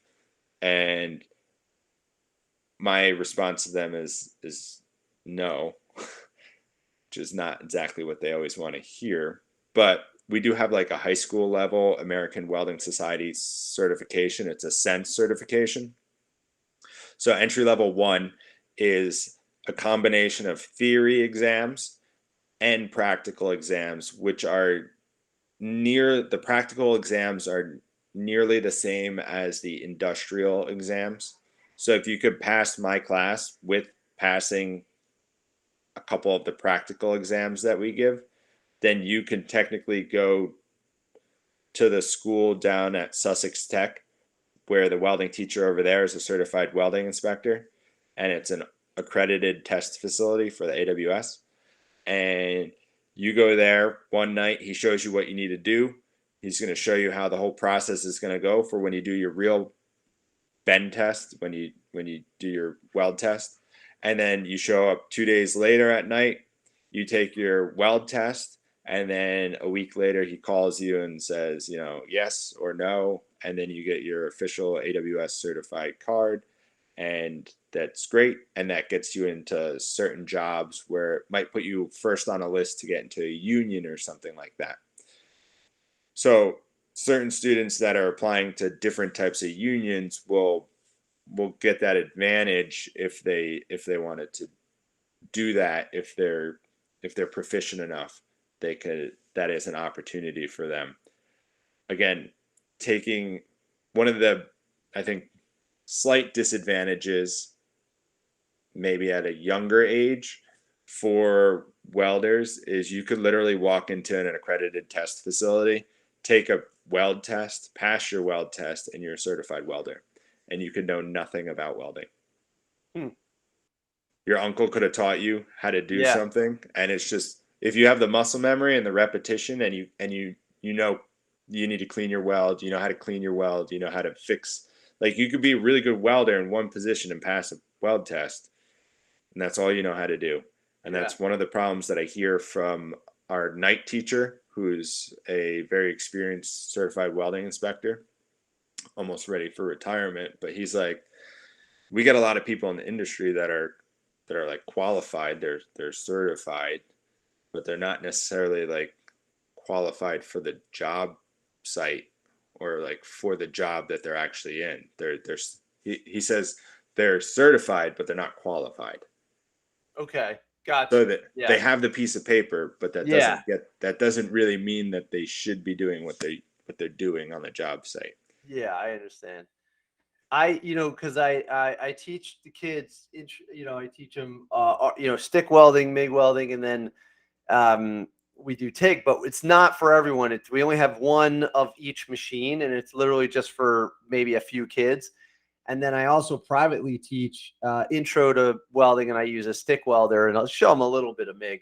But yeah, they asked me, "Are you certified?" I'm not certified, but I've been doing it for since I started teaching. But I don't pretend to tell them anything. I say, if you want to get certified, that's for a specific position, and it'll probably be on a job site. You might want to get some more training for that. I'm just getting you started, Yeah, and different job sites. So like if you work at a company and you get certified by that company, different companies run differently. There's always, not everybody's the same, but they'll qualify you to weld the specific thing that they're doing in their company or whatever they need you to do. And they hold that qualification, that certification within their books. And then when you want to go get a different job, you have to re-qualify at the other job because it's a different type of weld with a different process or a different wire that you're using or a different electrode. So you still have to, you can't just like, oh, I'm certified and you're good for life. Right. It's just like, it's a constant testing thing. And I one of the things is funny because like a lot of my students are just like, oh, I don't like tests. And it's just like, well, in welding, that's all it, like literally on the one podcast this morning, they're just like, this is the one industry where somebody's watching over your shoulder constantly. Because every weld gets inspected, everything gets analyzed and overanalyzed and inspected and evaluated. And that's like constant. Like there's no getting around it. So on this website here, this is AWS, American Welding Society, and it says certified welder, frequently asked questions. So here's all the stuff right here. But where would it be for the high school welding class certification? Would that be somewhere in here, or what would you recommend? Let me just jump on. I mean, is that what you give out? The high school welding certification? I'll pull it up real quick, and then I think I can probably because sure. I'm always just curious what other welding instructors do, because people ask me all the time, "Hey, am I certified?" No, and I'm not going to certify you either, but I'll get you ready, and we'll break stuff. to see if your welds are any good. But yeah, you do have to be certified by the job. All right. Let me just. So if you go to senseonline.org, that's like their main website. It's not the most user friendly. Okay. I mean, I just want to touch on But it for a there- minute or two. Yeah, I was gonna but say yeah. there is one. There's like one page that like has like a entry level sense versus certified welder, and it shows you like the differences of the two and what the benefits are and all that other stuff. Here's the certified welding educator program. So this is interesting. Yeah. All right. Well, I mean, this is cool. We could dive. That's a whole other rabbit hole. But so basically, to bring it back full circle, you've just won this prize, and so now, for the program, and you're gonna get more into the traveling, the outreach. I think that's a great story. Have you thought about maybe video the journey? It's kind of cool. Like, we could follow along. You have an Instagram for your business, but do you have an Instagram for your high school shop, or you just sort of mix it together?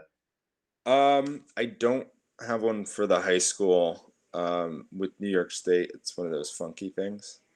Yeah. I mean, New Jersey had the same thing. The way I got around it was I just show positive things that are helpful for everybody. And, I remember they said, like, about 10 years ago, they tried to block the internet, and then the internet became wireless.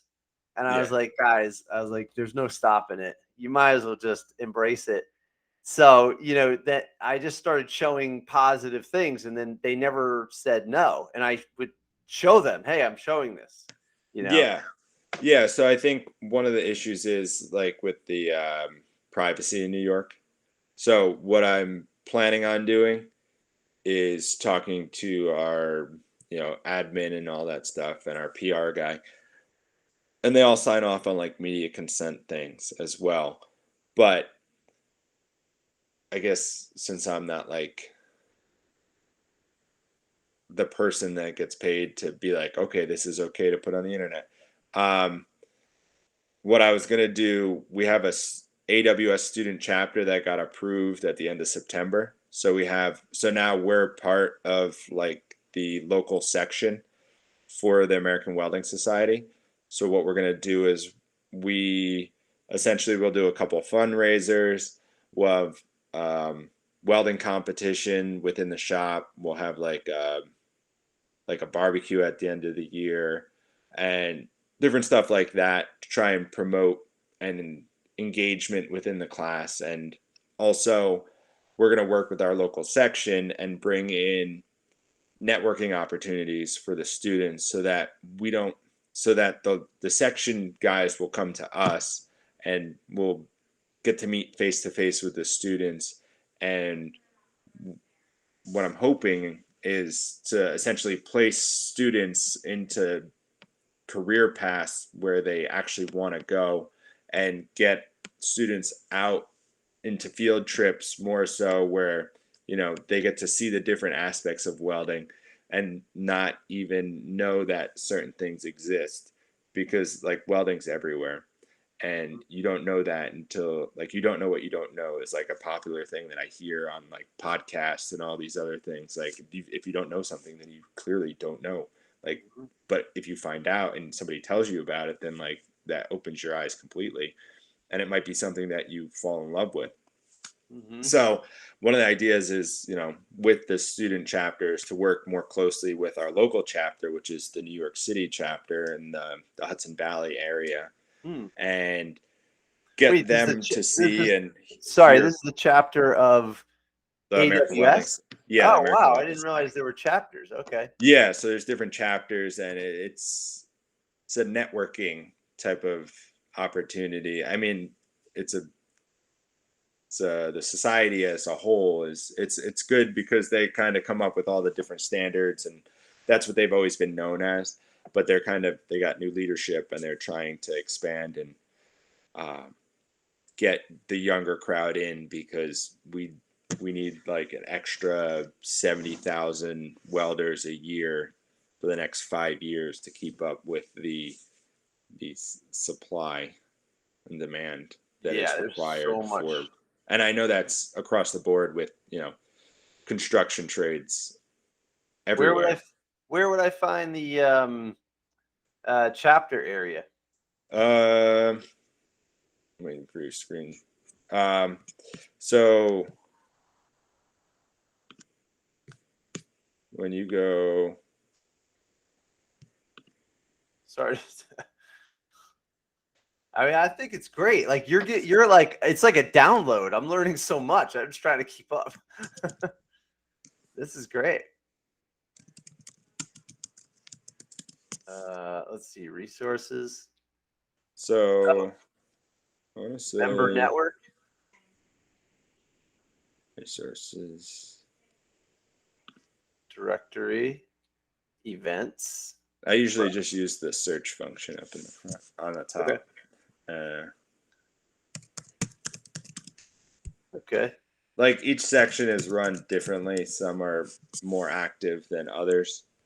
I think it's underneath membership. You could find a section, and then if you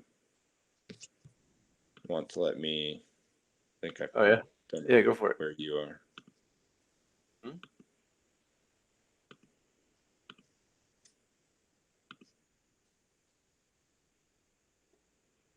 Nice. Here's this area. Oh, okay. Wow, look at that. That's a cool looking map. So, like District 2 is New York. Hmm. So, and then there's, and parts of Jersey. And so, like, I think we're 4 actually. So, yeah, New York's 4, New Jersey's 2, and then there's the different sections within. And then you can see, and then essentially they each have like a leadership type of organization within that section, and you can network, and they set up different types of events and stuff like that. So there's a lot of CWIs that really utilize the American Welding Society because they're the ones that have the test and do all the requirements for that. And that's where a lot of the testing companies will go and network and try and find new blood, because if we don't have enough welders, there's clearly not enough welding inspectors and all that type of stuff. This is awesome.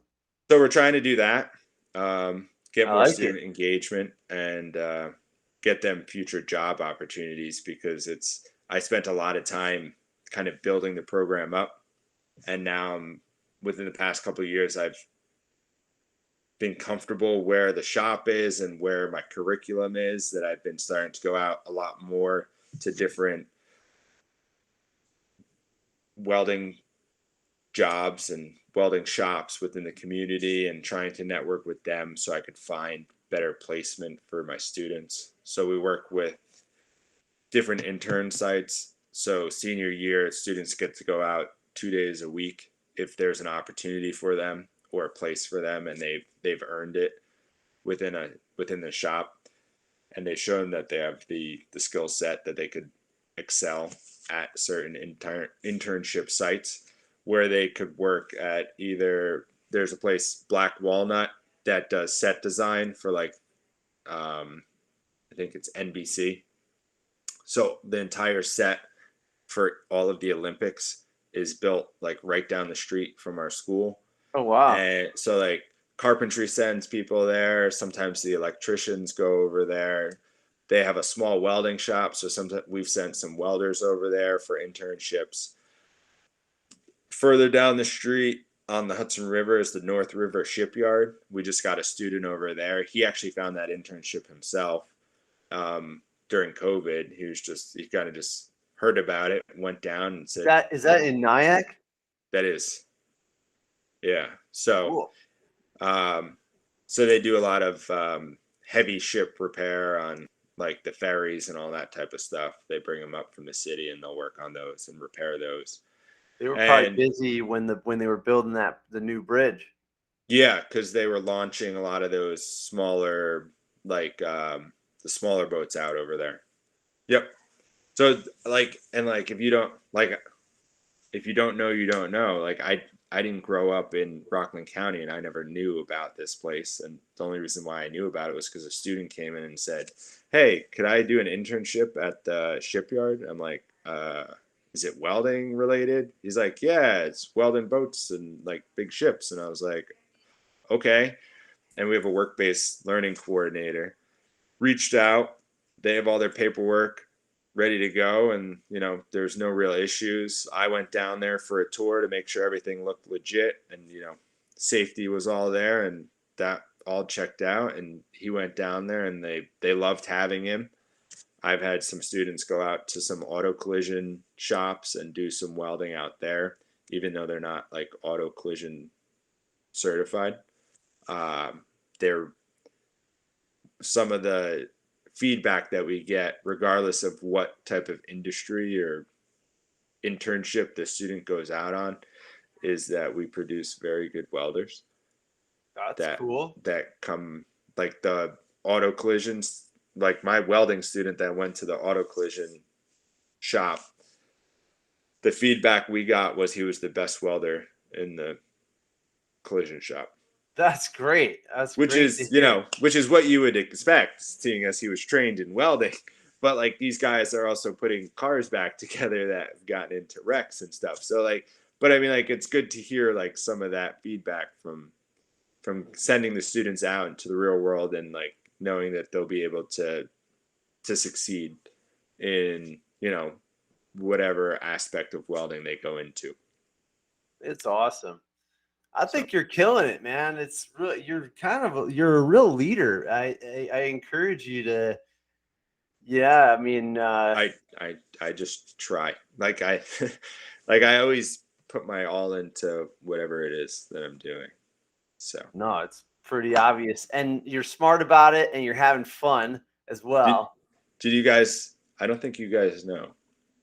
I'm also, I guess, did I tell you I'm an oddity because I went to an Ivy League school? Oh, no way, really? For business. I went to Cornell. It's fun. Did you not weld growing up, or did you do, or this is kind of a second turn? I got bored in high school, so I went to BOCES. Oh, got you. Yeah. Because I was really good at math, but not English. Now I'm much better at English. And is it so ironic that the old saying is that, yeah, the kids, not everybody's going to college, so they don't let you touch the tools with your hands, and they steer you away from the shop class. Meanwhile, you're shining, and you're an award-winning welding instructor, and you have your own business as well, and yet you did do the college thing. It's just so ironic. I wish that stereotype would just end, but it's going to take work. You got to stop people. Every time someone says, it's not everybody's going to college, well, you ever hear that? Just stop them right away. Because at college, if you're an engineer, you're going to make prototypes, and you're going to need your hands to run machines. Or you might have a career change like Andrew.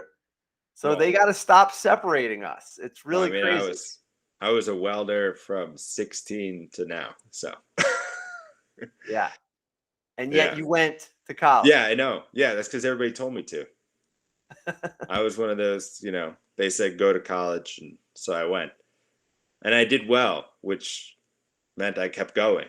But the whole time, I think I mentioned last time, I was able to pay off college within a year of graduating. Wow. So, because I was welding, not everybody gets to say that. No, most. And I mean, like some people do, they go into finance, and I know a lot of kids that went into finance because, that's what they were going for. But like, not everybody gets to say like, oh yeah, I paid off my college debt within a year. Oh, how'd you do that? Well, I did what I was doing before I went to college, which was welding. So I don't know. On spring break, summer break, whatever break I had, I came back and I went straight back to work. I was welding at a small fabrication shop, and they paid well, and they were nice. Boss was great. So anytime I went back home, I was welding. Summer break, welding. Yeah, that, you know, I didn't have the luxury of, just being like, oh yeah, whatever. Like, when I graduate, I'll pay back my loan. It's just like, you Yeah, have and to put in the work. I went to school for product design, and afterwards I went into credit card debt because the entry level job of a product designer is pretty low. And so I didn't have the skills at the time. And that's what happens to a lot of people. Luckily, I got myself out of the credit card debt and then some. But, but a lot of kids, they go to school, they take the loans, and their entry level job is not enough to carry or maybe they carry that loan their whole lives because you can't get out of it. Yep. Yeah, it's crazy. Yeah. Now, what did you study? Just out of curiosity. The technical term is applied economics and management, which is just a business degree, like the general business. And then my specialization was in marketing. Perfect. No kidding. Nothing crazy. A lot of people said I should have went for engineering.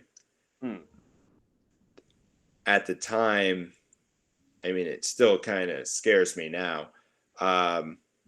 But even hearing the stories, and I know like with my mindset now and back then it was much different, but like you hear the stories of like these smart kids going for engineering, getting into the engineering program, and then you're sitting in marketing class and they're just like, oh yeah, it wasn't going well in engineering, so I switched over to business because I know I could, with the math background that I'll be able to succeed over here much easier than, barely making it over there or not making it over there and needing to keep your GPA up and switching majors.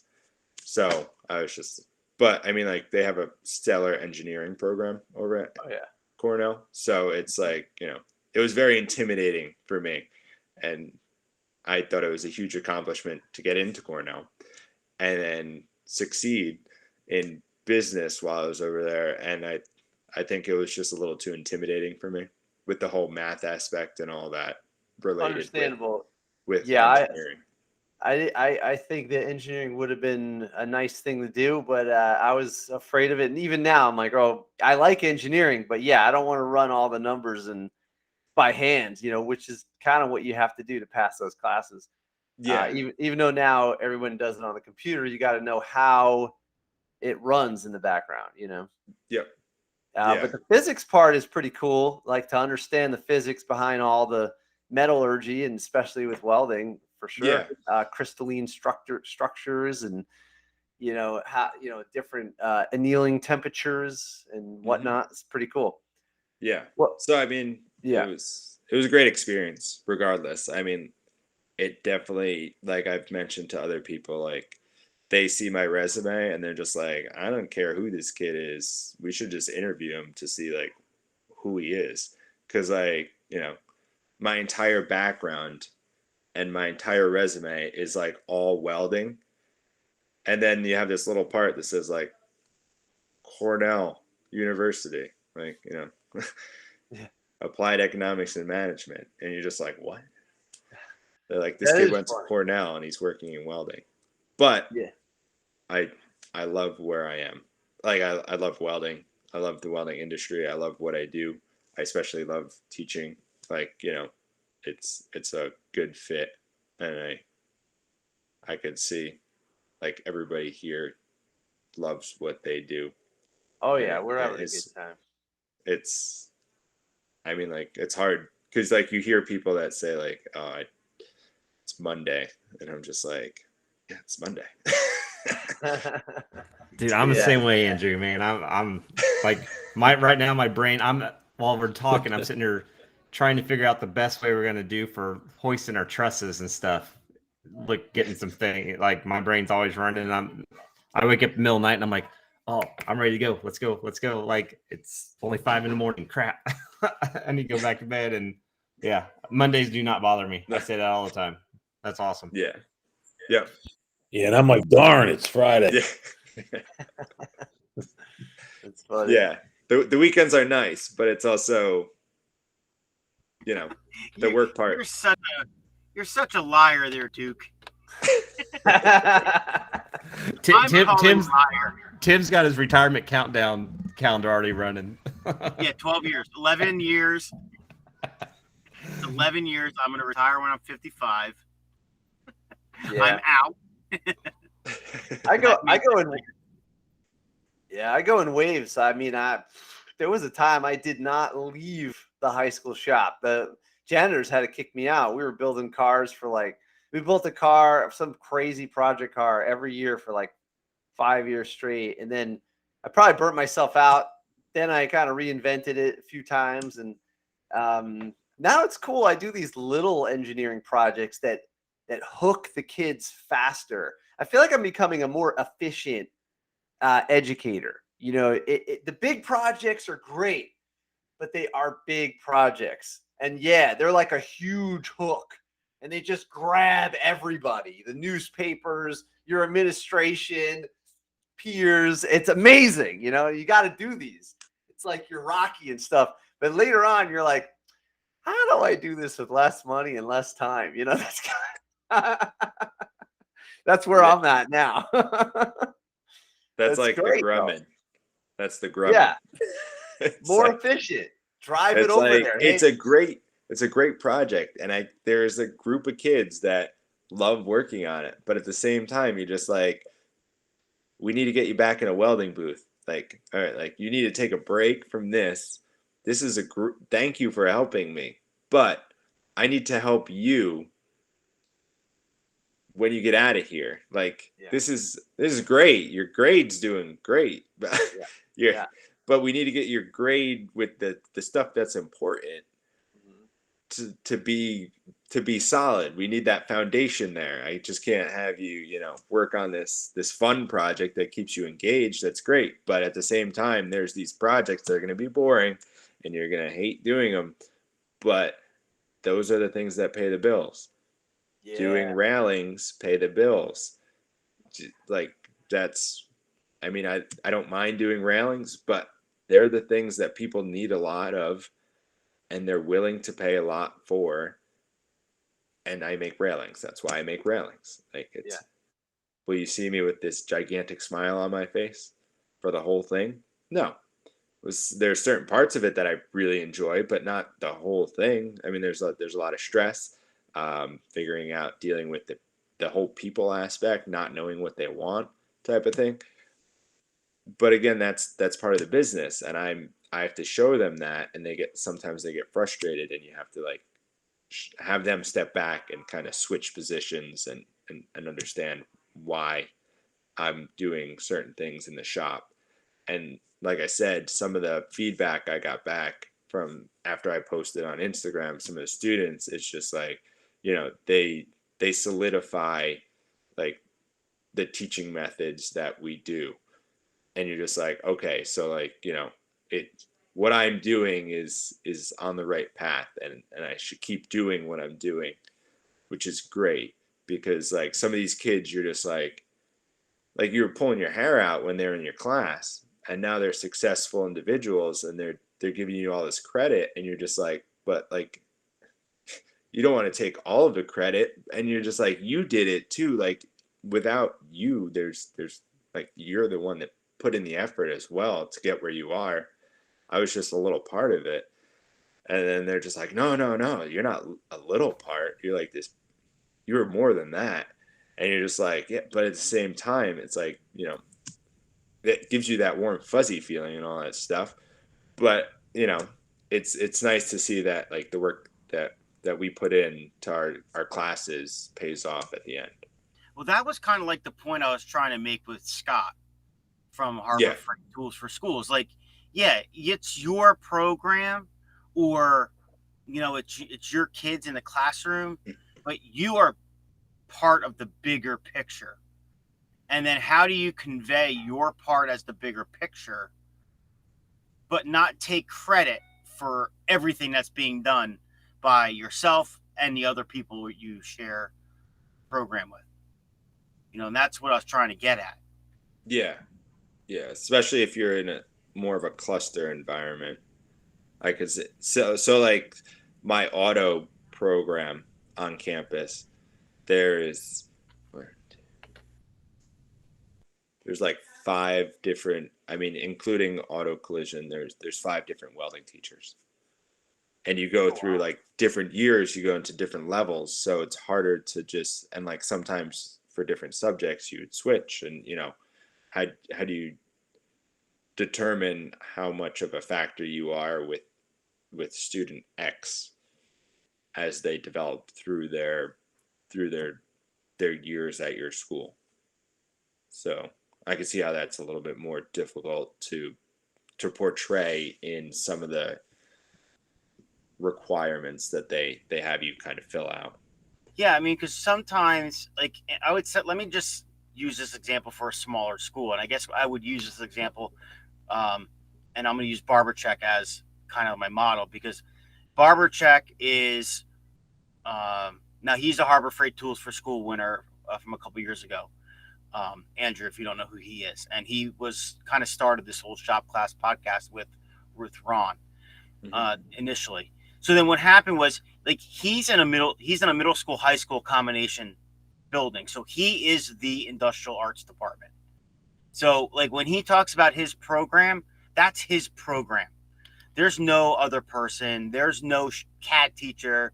There's no wood shop teacher. There's no metal shop teacher. It is him. It is his program. He sees kids for 7 years potentially consecutively. And then that is his program.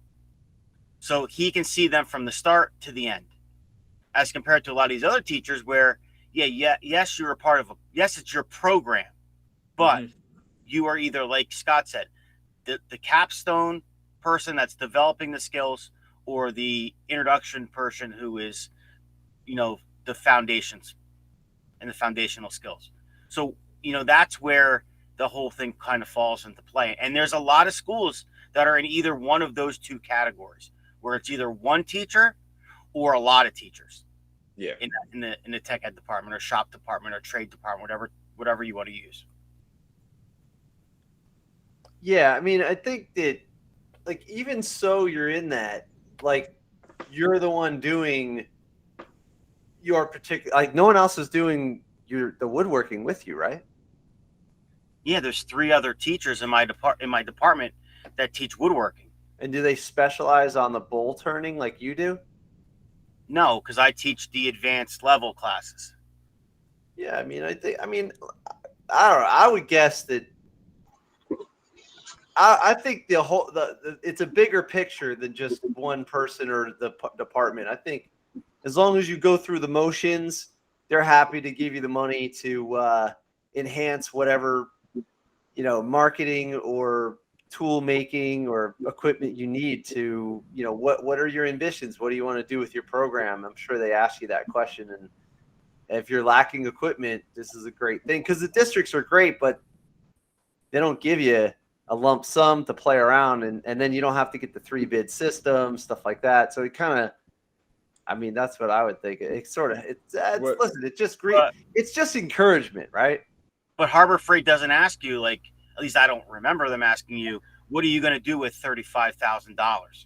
No, they don't. Yeah, like they didn't ask you that question. What I would do, like a lot of the questions, they're like, how would you change, like, your teaching, not necessarily teaching style, but how would you implement idea X or idea Y into your classroom? And what I kind of did, like a lot of the things that they asked, I partially had already implemented some part of that into my classroom already. And they're talking about like this full-on detailed, they have the 4-page paper that you have to read, and like take one idea from this paper and show how you would implement it into your classroom. And even if you just have one student that would benefit, like take a piece of that from the writing example and be like, well, how would I change this kid's life if I were to use this strategy to help improve this person's, outlook or foundational skills or advanced skills, so that they'd be more marketable after they graduate? Or I know you're talking about how you have to kind of like share. You're sharing students almost as like, you know, you get them for 45 minutes a day, and then they go to the next guy for 45 minutes, and then the next person. So you don't get that full, this is my program, this is my student. Like when the welding students walk around campus, those are Mr. S kids. Like that's, I mean, I'm the welding teacher. That's like when the auto kids are walking around, you're just like, oh, that's the auto kids. They're part of the auto cluster. Like, you know, you don't know exactly who's who and all that type of stuff. So it's a little more confusing. But if you're able to, like, you don't have to use the student's name, but you could essentially pretend that you have a classroom full of that same student, and then apply the concept that they're asking about and how you would develop that into your teaching strategies and improve your teaching strategies, which help improve your class and the outlook of your students for the future. So you don't have to be like, oh, well, in my program, you could kind of switch it up and say, well, in my classroom, this is how I would structure things and change things, and I would implement this idea. And I know with the diverse students that I have in my program, you could say X, Y, and Z, and these are the outcomes that I would expect to see, and these are the goals that I would set forth for after implementing this strategy into my classroom. I probably took a very long time to write these, because like I know you're overthinking things and I overthink things. And one of the nice things about having somebody on campus to bounce ideas back and forth is like, you're going to come up with this huge body of writing, and then you go to copy paste it into the submission form, and you are over by like 10,000 characters, and you're just like, great, now I need to take this huge thing that I worked on for like days, and now I need to shrink it down, and all that information that I wanted to portray isn't even in here anymore.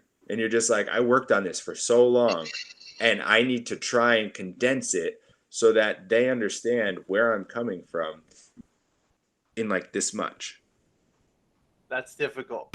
Yeah, and that's part of that I ran into when I was doing some of these applications, and that's why I've started the application process but never finished, because you know, you're right. You put in, you know, like, you know, 20,000 characters, and then when you go to copy it in there and it's only 5,000, now you're thinking, well, I can cut characters by, instead of using the word one, I can put the number one, you know, because that's going to take up only 3 spaces as compared to, you know, 5, you know, with, if you count the spaces and the number and things like that. So then you start getting creative that way. And then you're like, oh, well, you know, now I'm only down to 9,000 characters, and I still have to cut 4,000 more, you know, and then that's where I kind of ran into the problems with some of these answers. And it's like, well, you know, the deadline's in 2 weeks, and I don't know when my next time I can work on this is. So it's like, well, it is what it is, you know? Yeah. And that was one of the huge benefits of having somebody else on campus that like essentially writes grants and stuff like that. Like, she was able to just like say like, boom, there you go, this is what you want. And I'm just like, but it doesn't, like, It's not me. you just took out everything that I wanted to say. She's just like, well, how else are you gonna get to 5,000 characters? And I'm just like, I could have just wrote like an intro and a conclusion, and that's 5,000 characters. But like, you spend all this time, and then you have to like shrink and shrink and shrink, and then you have to be okay with losing certain ideas and certain topics that you really like, you care, and you want them to understand and care the same way that you do. But at the same time, like he said, they don't have enough time to go through, you know, a 20,000 character response for every 740 teachers that applied just for one question. Well, then that was the other thing that I wanted. Like that was the other thing. Initially, one of the first couple years I applied, it was like they have to run these through some type of scanner system on a computer. They got people reading it. You know, like there had to be some way that they had to, narrow it down. So say 10,000 people applied, or even 1,000 people, or however many people you applied. I was thinking that they ran it through some type of computer system, and it would look for keywords, and then if it pulled up X amount of keywords, then that one got pulled out of the mix, and then that went to a person. That would be like if it was that's like Google or something, like with the AI system. That's pretty. Yeah, that's advanced, dude. That's how I thought this whole thing ran initially to start. And with being part of the podcast, now I know that it's not that. It's not, analytics in terms of, running it through a software saying, here you go, we're going to look for keywords that say, hands-on learning. And anybody that had hands-on learning in their answers 75 times or more got pulled to the next, or maybe it is, and they're not telling us. Maybe, and it could be, and they will never tell us what, hey, but those are those things that you think about while you're writing this, and then you're like, how many people are really going to read this? And I'm sitting there punching at the keyboard. Well, I mean, I figured last year, it was my first year and I was a finalist, and I was just like, somebody has to read this because, like, you put in a certain amount of effort, and like, I know when you put in a certain amount of effort, you want to see something back. And like, when you spend X amount of time on something, you want to be, you want to get something for it regardless. Like, even if it's just like a thank you and, you did a great job or whatever. But like, being a finalist that first year, I was like, awesome. Like, I got this. And then all of a sudden it was just like, yeah, no, that's it. You're just a finalist. And I was just like, I'll get them next time. And then they send out some emails from like past people that have applied 2, 3, 4 times. They'll start sending you those emails. And I'm sure I'll probably have to write one like, wasn't a winner the first time. Second time I was a winner. And, so like, don't get discouraged because like for the AWS, I'm on going to be on my 4th or 5th application. And I'm just waiting for the email probably November 1st that says, thanks for applying, but maybe next time. And, when it comes, February 1st, when I could apply again, I'm just going to apply again because I talked to the grant writer that we have on campus about the Stanley Black & Decker one. And she's just like, she thanked me. She was like, thank you for like putting in the effort to try and at least like ask some people for money because you are the only person on campus as a teacher that's doing this. That's interesting.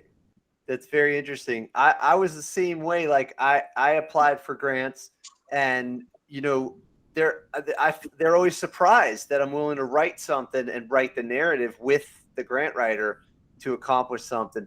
I think shop teachers just inherently have to go above and beyond because of the pressure to grow the program. Otherwise, it might get closed because it's an elective. I mean, maybe not at like a career center, but most of them are electives. I'm going to end the recording here, but this was a really good one. Andrew, you're welcome to join us anytime, man. You should come back if you feel like contributing or whatever, or give us an update on your Grumman project or whatever you want to do. Okay. You're part of the crew now. You did 2 weeks in a row, so you're sort of like get the stamp, Yeah. No, so I did 52 weeks in a row, and I still haven't got a stamp yet. Just one Everybody's more. gonna get a trophy, Tim. It's in the mail, Tim. It's in the mail. Oh yeah. It's on a cargo ship. They must have sent it out. Oh, it's stuck. It's stuck in that channel and across the ocean. Yeah. No, Ron can see it from his school building. Yeah, Ron's doing it right now. I'll zoom in. We didn't spy on your business yet. We did that last time. Yeah. All right, we're going to end it here. I appreciate it, Andrew, jumping in. I know it was a lot. This is a big week for you. That was a lot. That was very cool seeing all this stuff. And you have a lot of information. I think it goes without saying you're definitely an outstanding teacher. But beyond the award, I could see what you're doing, and it's very similar to the people in here. You're above. It's a career, and you're bringing the entire shop teacher community up. You've pulled us all up with what you're doing. So I appreciate all the work and the resources. And I don't know everything, and neither does everybody. So I appreciate the download. Like, I looked up all those links and we recorded it, so I'm going to review it. So I appreciate it. All right, we'll end it right there. And Shop Class Podcast Wednesdays, join us.